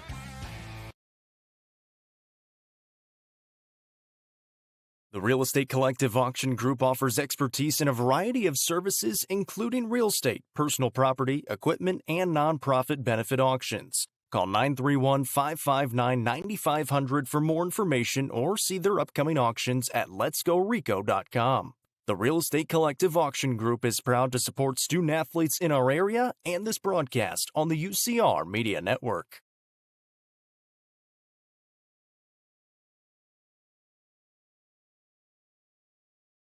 Williams Auto Sales, where you're more than a credit score. At Williams Auto Sales, they believe in people, not numbers. Get into a reliable vehicle at a payment you can afford. Concerned about repairs? They offer warranties to keep you covered. Use your trade as your down payment. Visit them online at WilliamsAutoSalesTN.com or stop by at 535 West Broad Street in Cookeville today. Williams Auto Sales, a name you can trust.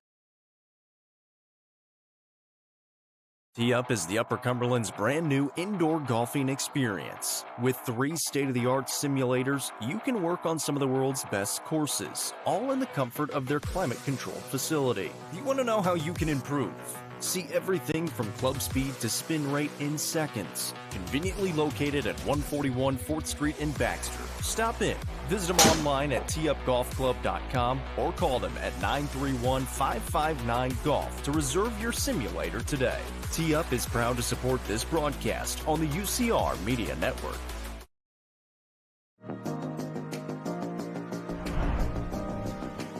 What if opportunity was all in a day's work? We find new ways to make vacation dreams a reality. And that inspires me to do my best work every single day. What if you can make a real impact in people's lives with a team that cares? What I do matters, not just for guests, but for my team. We rely on each other each and every day. What if Your work inspired fun and moved people. We put the world on vacation. Our job is to make people happy. Inspiring travelers around the world to live their best lives never stops being fulfilling. At Travel and Leisure, what if can be what is. Stop wondering. Join the travel movement. And start a career where memories start with you.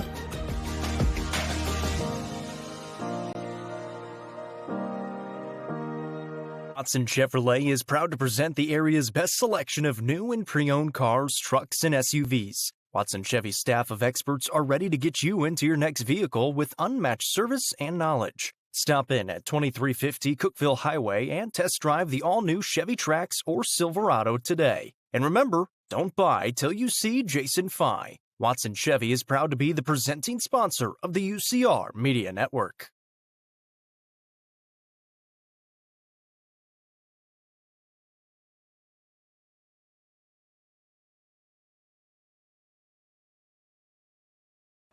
Welcome back. It's time for the Happy Hiller Halftime Show. Do not adjust your television. Do not pass go. The score is correct. Stone Memorial with a 12-8 lead over Upperman. The Panthers trying to get a signature win. The best win anybody in the class would have all season long to this point. But they're going to have to go. They will get the ball to start the second half. But first, let's take a look around the state at the Quality Family Scoreboard.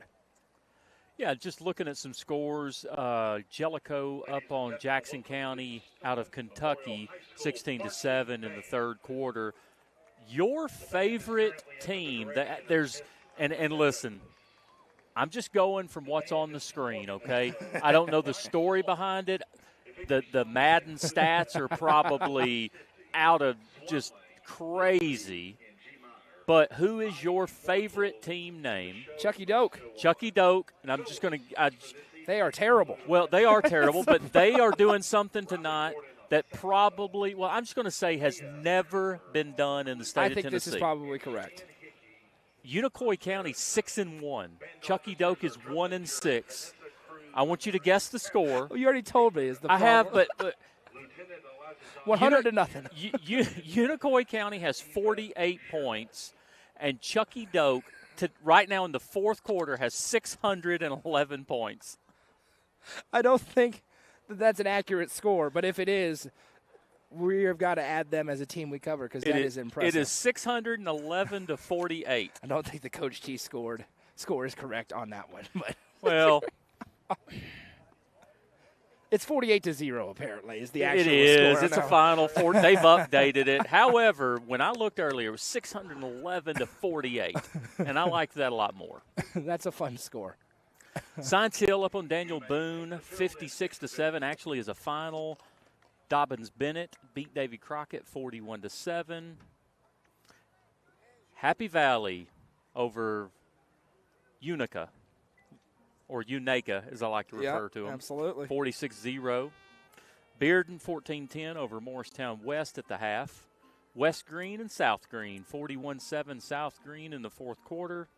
Soddy Daisy over William Blunt, final 17-14. Okay. Soddy Daisy, a team that either of these two teams could face in the playoffs out of that other region. Wow. Bledsoe County up 28-14 over Gordonsville at the half. Cleveland is where I'm going to be tomorrow, by the way. Baseball card show. Nice. Yep. Going down there. Sports Cards and Collectibles. Cleveland going down there for a baseball card show. And by the way, tomorrow night at the card shop at 5 o'clock, we're having a trade night. And what a trade night is, everybody bring your own collections, and everybody, you can show your cards off. But if you want to trade with someone else there, it is just an open forum, an open floor. Bring your stuff, trade, and if you don't have anything to trade, come and look at everybody's collections. People brag about their collections. It's just a cool night. Some of them will sell you something. They will definitely sell you something. Carter and Fulton started the fourth quarter, tied at 28. Anderson County over undefeated Gibbs in the third quarter, 28-6. Now, Gibbs. Okay. Morgan Wallen is not playing. Good start to the season. have played. What do you mean? Have played. Ain't nothing. They've played Ain't no. absolutely nobody. Ain't no. Correct. They've played absolutely nobody. And unlike Green Hill tonight, who's passing their test with flying colors, Gibbs is not. Anderson County's also very good. Knox West is tied with Knox Halls, 21-21. And here's the score you and I are going to talk about, and we're also going to talk about a situation with one of these schools. I'll let you talk about the situation. But in the fourth quarter, 4:30 left in the fourth quarter, it is Maryville, or is my buddy Ian, who is from, who is from there, Maryville. I promise you. Not the way love anybody him. else says it. One of my good friends, and I love the guy. No better man on the planet, but it is not Maryville. And he is from there. It's Merville. Okay? Merville, 17, Alcoa 24. Woo! Coming to 4A.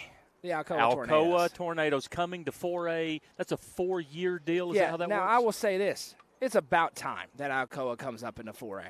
It's actually about time that Alcoa is in 6A, but the little things. And Alcoa is going to be a powerhouse in 4A. Absolutely. It is not going to be like it was in 3A for them. They are not winning 9 straight championships in this classification. I think their recruiting's down a little bit, too. Correct. Gary Rankin ain't coming back. Is what it is. Follow up. Let's keep going. 28-7 Harriman over Midway. What we got here? And listen, great communities, love them. I have no problem with any of them. Good for them. But I want to thank you personally for the game of the week not being 0-8 Scott versus 1-6 Pickett County. Yep. And it is 42-0 Scott. Now, for Pickett, I will say this. Don't forget, we are the exclusive home of Pickett County Bobcats and Lady Bobcats basketball, which starts up here next month. Lady Bobcats in their title defense, the favorites this year in Class 1A. So we will be back with Pickett for another full season there in Byrdstown. Is Casey Bolden and Casey's going to be very much a part. Whoever else is going to be there, we're going to have to wait and see. But Casey's very much going to be there. I understand. But another great matchup, 1-7 Greenback versus 0-8 Sunbright. I appreciate that not being the game of the week. Sunbright, close it down. 30-0. Sunbright's losing. Correct? Sunbright is losing 30-0 to a 1-7 team. Shut it down. And again, apparently York is putting up Madden numbers on Wartburg, but it's 47-0 start of the fourth quarter. Blackman up on Rockville 21-0. Oak Ridge final over Lenore City 17-7. This just says second quarter. I don't know early or late, probably at half. Monterey only up on Jackson 7-0. Next. Oakland, Ravenwood, halftime score 17-14 Oakland. That place has got to be rocking. 17-14 Oakland. That's a potential at the half. Deep playoff preview between those two powerhouses right there. Loudon up 35-7 over Signal Mountain. This is another like Maryville, Merville pronunciation. Chattanooga Prep, and it's not Whitwell, it's Whitwell. Yep, absolutely. So let's just make sure that we pronounce these correctly. Clay County up on Trousdale 33-0. Sequatchie County up on Grundy 29-0. Macon halftime up on Watertown 35-0. Brandon Reevesville, Powell up on McMinn County 21-0. Brandon is taking his lovely bride to Basement East tonight to watch a little concert for the first time. They've got a little date night, and I'm not going to give him a hard time because that's. I haven't been on a date night on a Friday night in how long have I been doing this job? Now, he will be the first to admit he outkicked his coverage because his bride is beautiful and is such a good person. I really do not know how Brandon tricked her into marrying her. Thought you were going to be nice tonight. Well, I mean, it's went downhill pretty quick. But she is on a pedestal, and he has started CrossFit, by the way. So he's going to be in great shape. Well, actually, he's never going to be in great shape, but go ahead. Any more Upper Cumberland scores on there as we rapid fire through? Because I've got an important thing to mention to the folks. Wilson Central up over Warren County 20-0. And I think that's it for the Upper Cumberland scores. If we missed one, apologies. That is the Quality Family scoreboard. We'll tell you one more important one in Class 4A. Pro-Cone only up on White House 13-7, but everybody else around the state saying that about the game we're at right here tonight. Stone Memorial up 12-8. And I'll let you know that QR code on the screen is a way you can scan if you're able, only if you're able. You can donate to help us stream more postseason games. It's very expensive to stream postseason games in this state. We're going to be streaming a bunch of them. You can scan that QR code on your screen if you're up on the TV. And anything helps. Everything that comes through that link goes right back into streaming postseason games here at UCR. So if you're able and willing, we certainly appreciate that. No pressure whatsoever, but if you could, we appreciate it. We will give a brief recap on the second, or on that first half, preview the second when we come back and get back to action. But first, can I make one comment? Yes. We talked about recruiting being down at Alcoa. It's ironically up really big at Boyd Buchanan because they won 49-7 and they're undefeated. It's crazy but how anyways, that go ahead. out. Crazy how that ended up working out. Second half action when we come back. A Stone trying to pull off the win of the year. We'll have it all for you coming up in just a couple of moments. This is the high school football game of the week on the Watson Chevy UCR Media Network.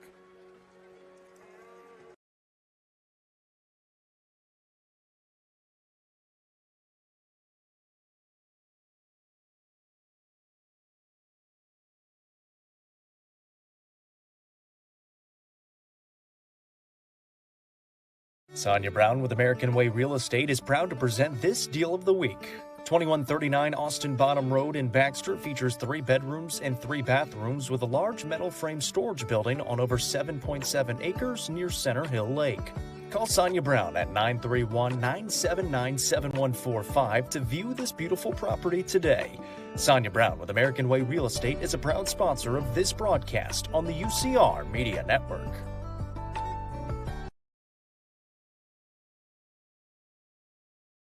The Quality Family, a local company supporting and caring for our local communities.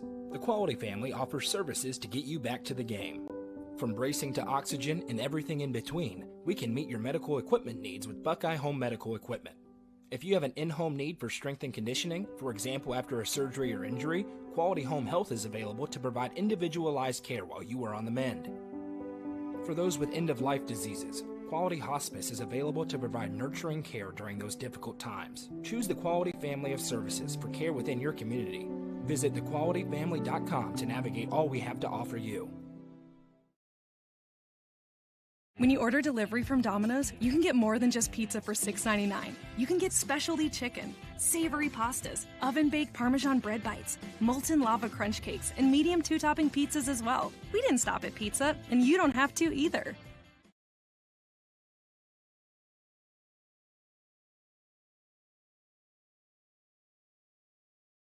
Nelson Trophy and Screen Printing is proud to support student athletes and athletic departments throughout the Upper Cumberland. They're also proud to sponsor the Nelson Trophy and Screen Printing Player of the Game on this broadcast. From trophies to t-shirts, they can do it all. Stop by and see them at 120 Circle Drive in Allgood or give them a call at 931-537-9559. Nelson Trophy and Screen Printing is proud to sponsor this broadcast on the UCR Media Network.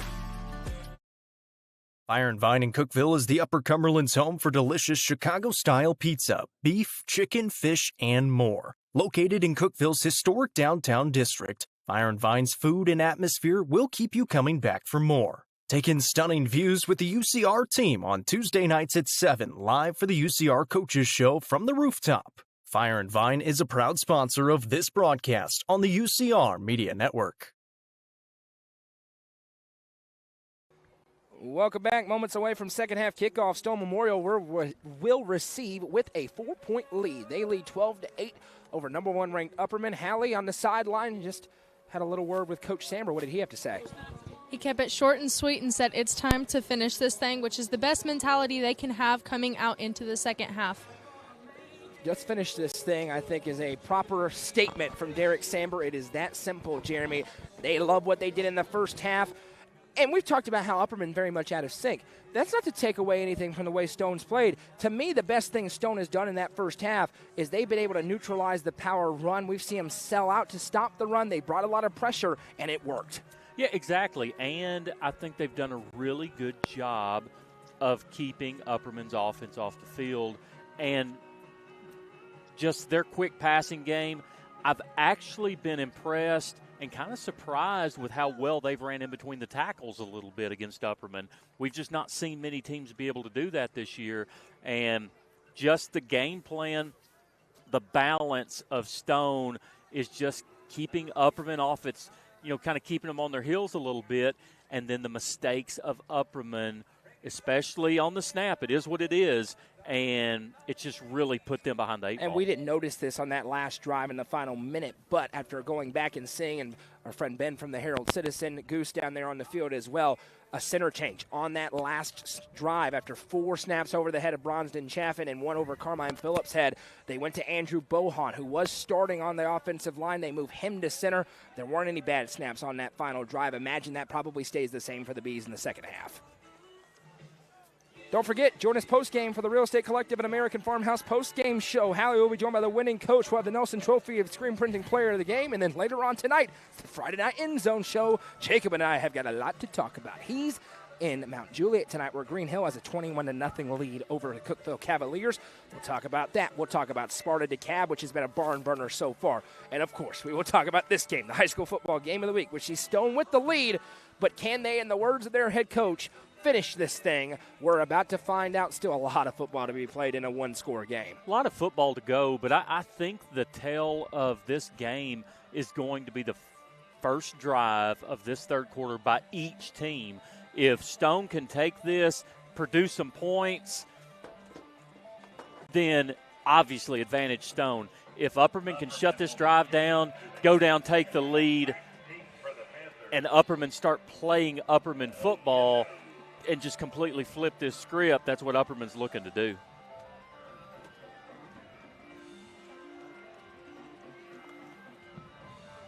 Here we go. I'm Noah McKay, Jeremy Tollison, Hallie Ledbetter, the lovely Madison McKay to my left, producing things for us tonight here for UCR, the area's leader in high school sports coverage, and dare I say, the state's leader in high school sports coverage here. Michael Lindsay's on the field as well. Roberts on to kick it away. And it's an onside kick that bounces, and it's free, and Upperman has it. The Bees take it back. What a kick by the sophomore, Austin Roberts. And they come out and say, nuh-uh. They get the first drive of the second half. And again, Upperman, gutsy call there. If you don't recover that, you're down 4. And here, it almost reminds me of the play that Coach Kane had against Macon County, where I'm not going to say a desperation type call, but it's like we're going to determine how this game's going to flow right now, and that's exactly what they did. One receiver each way. Andrew Bohan, I believe, is the center. We'll confirm that. Good snap, handoff to Polk. Polk rumbles. There goes Ethan Polk. Hurdles a defender. It's a first down, a Baxter Pharmacy first down for Ethan Polk. And you got to watch out as Upperman has come out and looked good through 2 plays.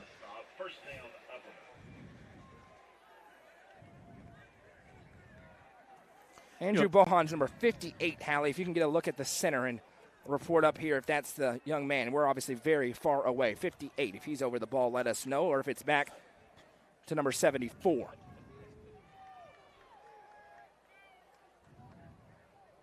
From here, I think it may be Alvarez back at that center position. The last snap was a great one. One receiver each way. Good snap again. Handoff goes to Polk again. Polk rumbles into the teeth of the defense and pushes forward for a gain of 3. It'll be 2nd and 7 here. 74. Israel Alvarez back at that center position. And I imagine there was some paint ripped off the walls in that visitor locker room in that halftime. 50 seconds into the half, it is, wow. It is a 4-point game. It's 2nd and 7. And I say wow because of what Casey Bolden just texted me. York has allowed 7 total points in 4 region games. They win 60-0 tonight over Wartburg. One receiver each way. 2nd and 7. Snap taken. Handoff to Polk. Big hole. There goes Ethan Polk. 25-20. 15 and down. A Baxter Pharmacy first down. Into the Baxter Family Dentistry Red Zone, also presented by the Twin Lakes Catfish Farm.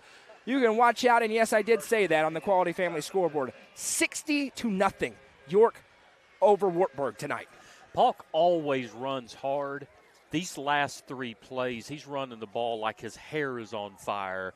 that is the Ethan Polk that we have come accustomed to seeing, and he is just blowing through the hole at full speed. One receiver each way. We've got a whistle and a stoppage. And a timeout. Derek Samber not happy about how this opening portion of this half has gone. And the visitor fans all of a sudden, of which there are aplenty tonight. And I'll remind you, because I've seen some comments about the crowd and things, this is a facility that when it was built with the intention of this becoming a 6A school. It's not that. This is the biggest grandstand that we have in the Upper Cumberland. So there are actually quite a few people tonight. We've gotten on the Stone fans sometimes saying to show up. Upperman has a bunch of people here tonight. That's as big of a visitor grandstand as we have in the Upper Cumberland. So keep that in mind. These are two 4A schools. For my money, Jeremy, this is a decent amount of people here tonight at this game. I agree with you. Stone fans have shown up, but again, it almost looks COVID-ish. You know, you've kind of got you've kind of got separation here and plenty of room to sit. Just kind of got pockets of fans everywhere. All of a sudden, Ethan Polk has started breaking it up the middle. When you talk about that center move, if you move Bohan to center, you're changing two offensive line positions. Sure. For a line that's been really good this year. They're back in their standard starting five. Two to the left for Chaffin. Has a little bit of a high snap. He's going to keep it himself up the middle. Chaffin lowers the shoulder and barrels forward on a gain of 7. Inside the 10, it's 2nd and 3. Dylan Phillips gets him down. 6'4", 230. Lowering the boom there, 2nd and 3. You and I have discussed this at times that the Upperman offense kind of reminds you of the Tennessee Vols offense. Is when they get momentum, it is a snowball. But when they're out of sync and out of rhythm, it seems hard to kind of get anything going, and this is certainly in rhythm. One receiver each way for Chaffin is giving some words to Theo Brown. Chaffin with the snap, gives to Polk. Polk up the middle to the 5. Ethan Polk, touchdown Upperman. Just like that, the Bees back out in front on the E.J.'s Barnes touchdown. And the biggest difference in that drive and what we have seen so far this tonight is 0 negative plays on that entire drive. We had one run up the middle for about 2 yards, 3 yards, but other than that, no mistakes, no negative plays, and that is the Upperman offense that we've become accustomed to seeing. Roberts on. He missed the first extra point he attempted. This one to try to make it a 3-point game.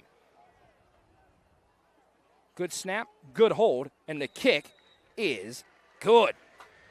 9:40 to go in the third quarter. Upperman back out in front. It's 15-12. Stone looking for the answer when we come back. This is the high school football game of the week presented by Gentry's Power Equipment on the Watson Chevy UCR Media Network.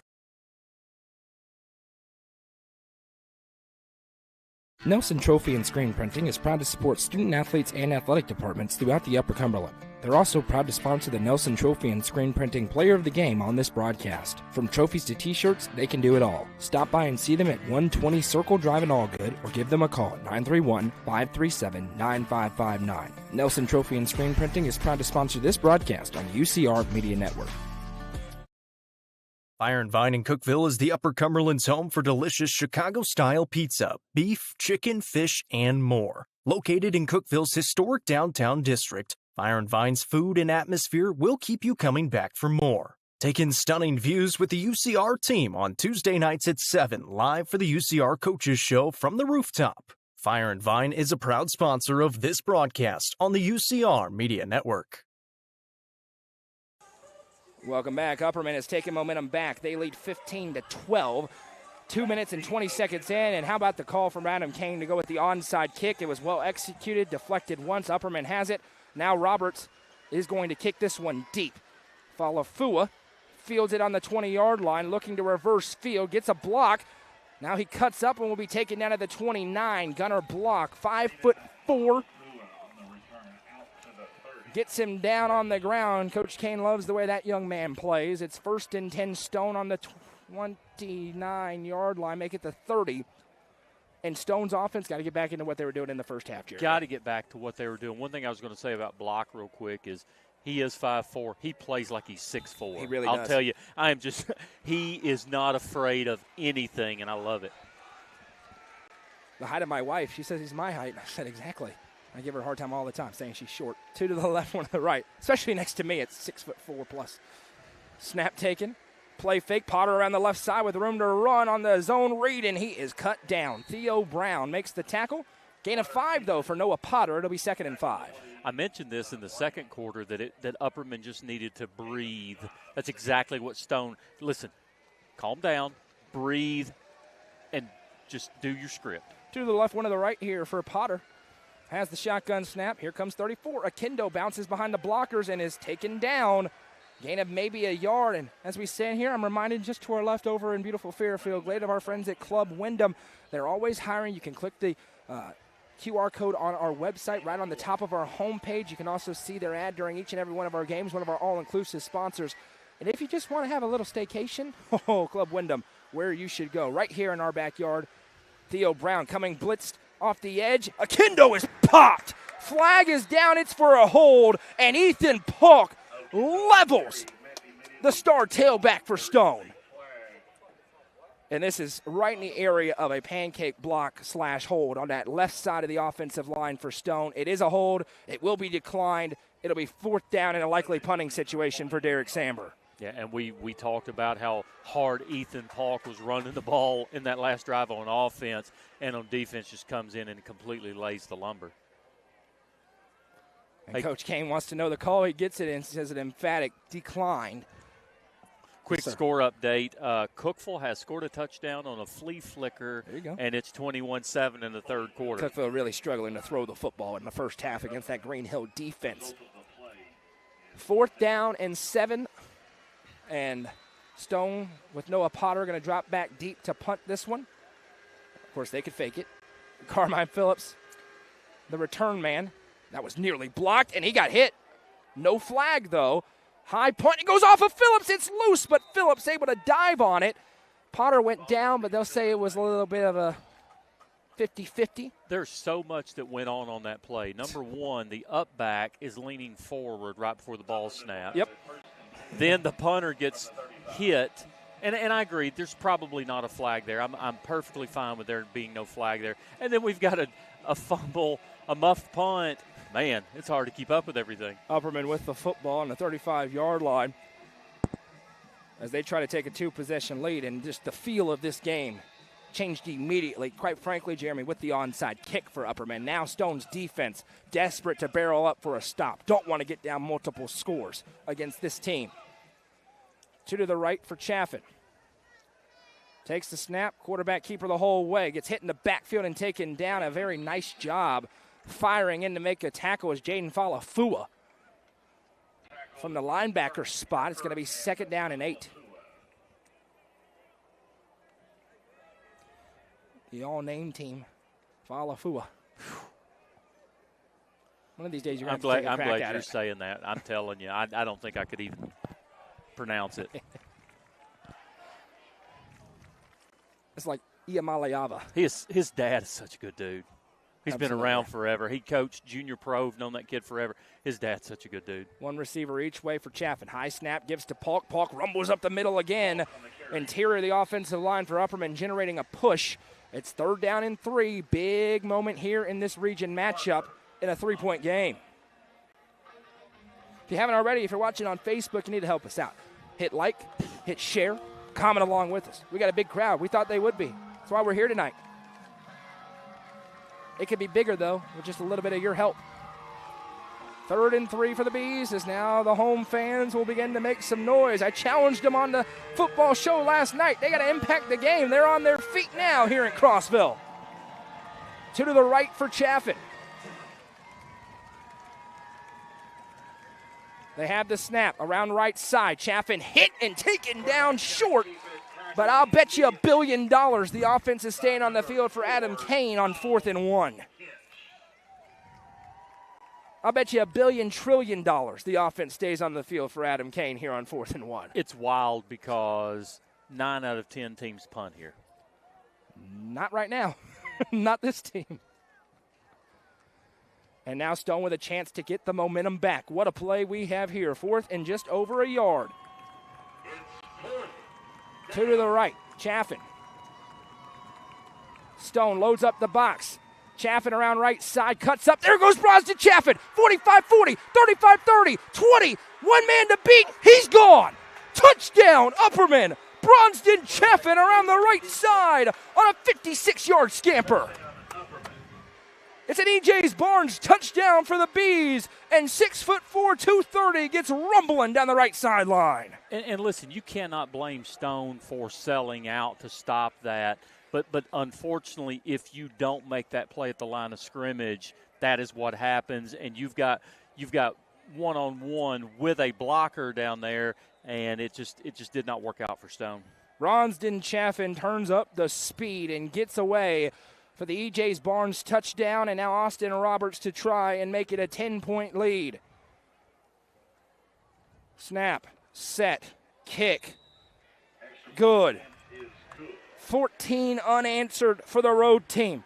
Out of the break, they lead 22-12. Stone desperate for an answer when we come back. This is the high school football game of the week, presented by Gentry's Power Equipment on the Watson Chevy UCR Media Network. Williams Auto Sales, where you're more than a credit score. At Williams Auto Sales, they believe in people, not numbers. Get into a reliable vehicle at a payment you can afford. Concerned about repairs? They offer warranties to keep you covered. Use your trade as your down payment. Visit them online at WilliamsAutoSalesTN.com or stop by at 535 West Broad Street in Cookeville today. Williams Auto Sales, a name you can trust.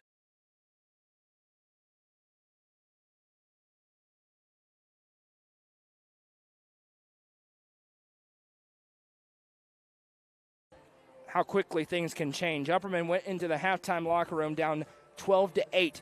They've come out and struck twice in the first 5 minutes and 46 seconds of this third quarter. It's now 22-12, and Stone has to have an answer now because the Upperman offense has gotten out of its own way. The snaps have been good. They haven't fumbled it, and when they haven't done that, they've gone right down the football field. Yeah, and if I'm Stone, what I want to see, if I'm Coach Samber, I want to see the same attitude that Stone had in the first quarter and the second quarter, because the attitude right now is just, it's deflated a little bit. They kick it to Akindo for the first time. He rumbles upfield, gets away. Maddox Akindo with a big stiff arm, and now he'll be deposited out of bounds. Cody Lowe gets him out. Akindo showing off the elusiveness as he gives him great field position to the 41. And if you're Stone, obviously great punt return there, and you really just have to go back to what got you a 4-point lead at the half.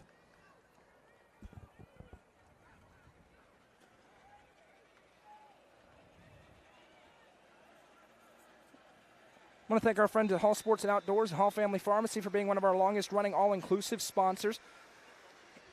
Located right in the heart of Jamestown, worth the trip. Wherever you are, you can shop online at hall42.com as the first play of the drive is a 1-yard rush for Dylan Phillips. It'll bring up 2nd and 9 here for a Stone offense, trying to get it rumbling here. And a lot of confidence for Stone in that first half. They were talking a little smack. I say that respectfully because football requires a little bit of that. But right now, Upperman's starting to control that part of the game as Ethan Polk made the tackle defensively. He's been all over the field tonight. Akindo now in the backfield. The train horn starting to blare on the visitor side. 2 to the left, 1 to the right. And that train horn is really working overtime. Upperman shows blitz. Here they come. They run away from it with Akindo. Gets behind the blockers. Now accelerates. Akindo so savvy with the football.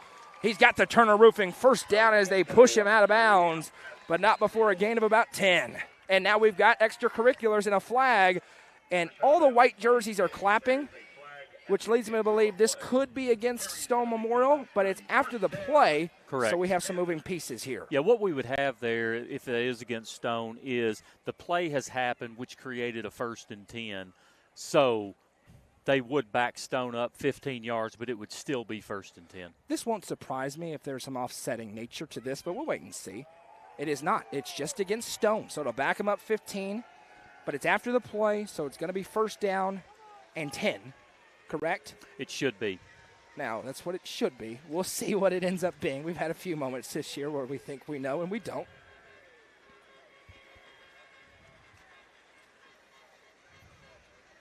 Remember, Goose is here tonight. Highlight reel, cinematic cinematic highlight reel, I should say, photo goose story. is loose. And now we've got a flag in the secondary late. Is this on Upperman? Okay, so if it is, this is a flag that just came in. Let's make sure that we know, no matter what happens here, it's 1st and 10. But I've never seen this. I mean, that was the latest flag. There was some talking, and I'm not sure why Upperman would get a flag in that situation. Why anybody would be upset, I should say, for Upperman to say something to get a flag. And we're going back the other way. So let's go right back to where we went out of bounds. And it's going to be 1st and 10. So a get-out-of-jail-free card to Stone. Unsportsmanlike conduct called against the Bees. And let's make sure we realize the difference between the personal foul and the unsportsmanlike, because they're going to write the unsportsmanlike against one of the players, and he gets a second one. He's out this week and next week, so huge difference there. But I'm with you. I don't understand what the Upperman player was upset about and what he said to the official to get that unsportsmanlike. All I'll say is, obviously, we have no clue what was said. I really hope something was said. I really hope something of an egregious nature was said for those flags to come out in a game like this. Because the only thing you don't want, the only thing you want is for everything to be decided by the team in black and the team in white. Absolutely. And the official on that sideline is a very experienced official, and I would trust his opinion on that flag. Again, I'm not saying it wasn't a good flag. I want to be clear before save your emails. 2 to the left, 1 to the right. Motion man across. Snap taken. Handoff goes to Akendo, who gets away from one and then runs into the teeth of the defense and will be taken down. Parker Cox was in there first for Upperman. Then they escaped into the linebackers of Jude Fitzpatrick and company. Under 5 to play in the third quarter. And this is exactly what Stone, they're moving the ball really well, staying ahead of the chains. This is exactly what they're looking for. 2 to the left, 1 to the right. Hallie reporting from the sideline that maybe that was not a word to an official, but words to the sideline. A little trash talking, perhaps. Akendo around the edge, lowers the boom as he's pushed out of bounds by Elijah Fitz. Akendo sticking his nose in there. It'll be 3rd down and short in 4-down territory here for Stone. They need 6 on this drive. You may teach you a real quick difference between a personal foul and unsportsmanlike? Sure. A personal foul has to have contact of some sort to be a foul. An unsportsmanlike will have no contact. There you go. Makes sense. How about that? Makes sense. 2 to the left, 1 to the right. 3rd and 2. They got 2 downs to get it. It's going to be Eldridge in the backfield. Snap taken, Potter around the right side trying to stretch it. He lowers the boom out of bounds. Think he got it. We'll wait and see if it's a Turner Roofing 1st down. It's pretty close. Elijah Fitz deposits him out of bounds. And all the way on the other side. Come on, Tony. And they're going to measure it. It's close, and this is a big play. It would make it 4th and short or 1st and 10. That's worth a measurement if it's that close from that far away. Now, listen, my buddy Randy Wallace is the official on the other side, and that is the worst scenario for an official is to have a measurement on the total opposite sideline. So my apologies. Mr. Lee needs to apologize to Mr. Wallace. Hey, a lot of questions about the field. Sure. We should address it. The field is very tall here at Stone. Mm-hmm. The problem is, if you go back and watch the Sparta game, you'll see dirt kicking up on every play. The way this field is, and there's no saving it during the regular season, if they cut it, it's going to be a dirt patch, which is dangerous in its own ways. It's long now, neutralizes speed. I'm going to be honest, 9 weeks out of 10, Stone probably has more speed than the team across from them. Sure. So I get why people are asking about it. This is a common problem. It is not a thing where they said, hey, 2 weeks ago, we're not going to mow it. It was this long against York. It's this long this week again. They just don't have a great option right now. They're doing their best with this field. And another thing, and specifically in that White County game, we had heard complaints of the dirt maybe causing some foot issues, potentially, maybe if it goes wrong, maybe an injury. So I would much rather be in this situation with the grass the way it is than, like you said, in the during the Sparta game where there's so much dirt. This is 4th down as the play was just short by about a foot or so. So 4th and inches here for Stone. We just saw Upperman score on a 4th down. See if Upperman sells out to stop the run or not. Akendo going to be in the backfield with Noah Potter on 4th and a foot. Big moment in the ball game. Snap taken. Handoff to Akendo. Akendo has the first down. Brown gets him down, but not before a gain of a yard. And a Turner Roofing first down. A B, slow to get up there, but is back onto his feet.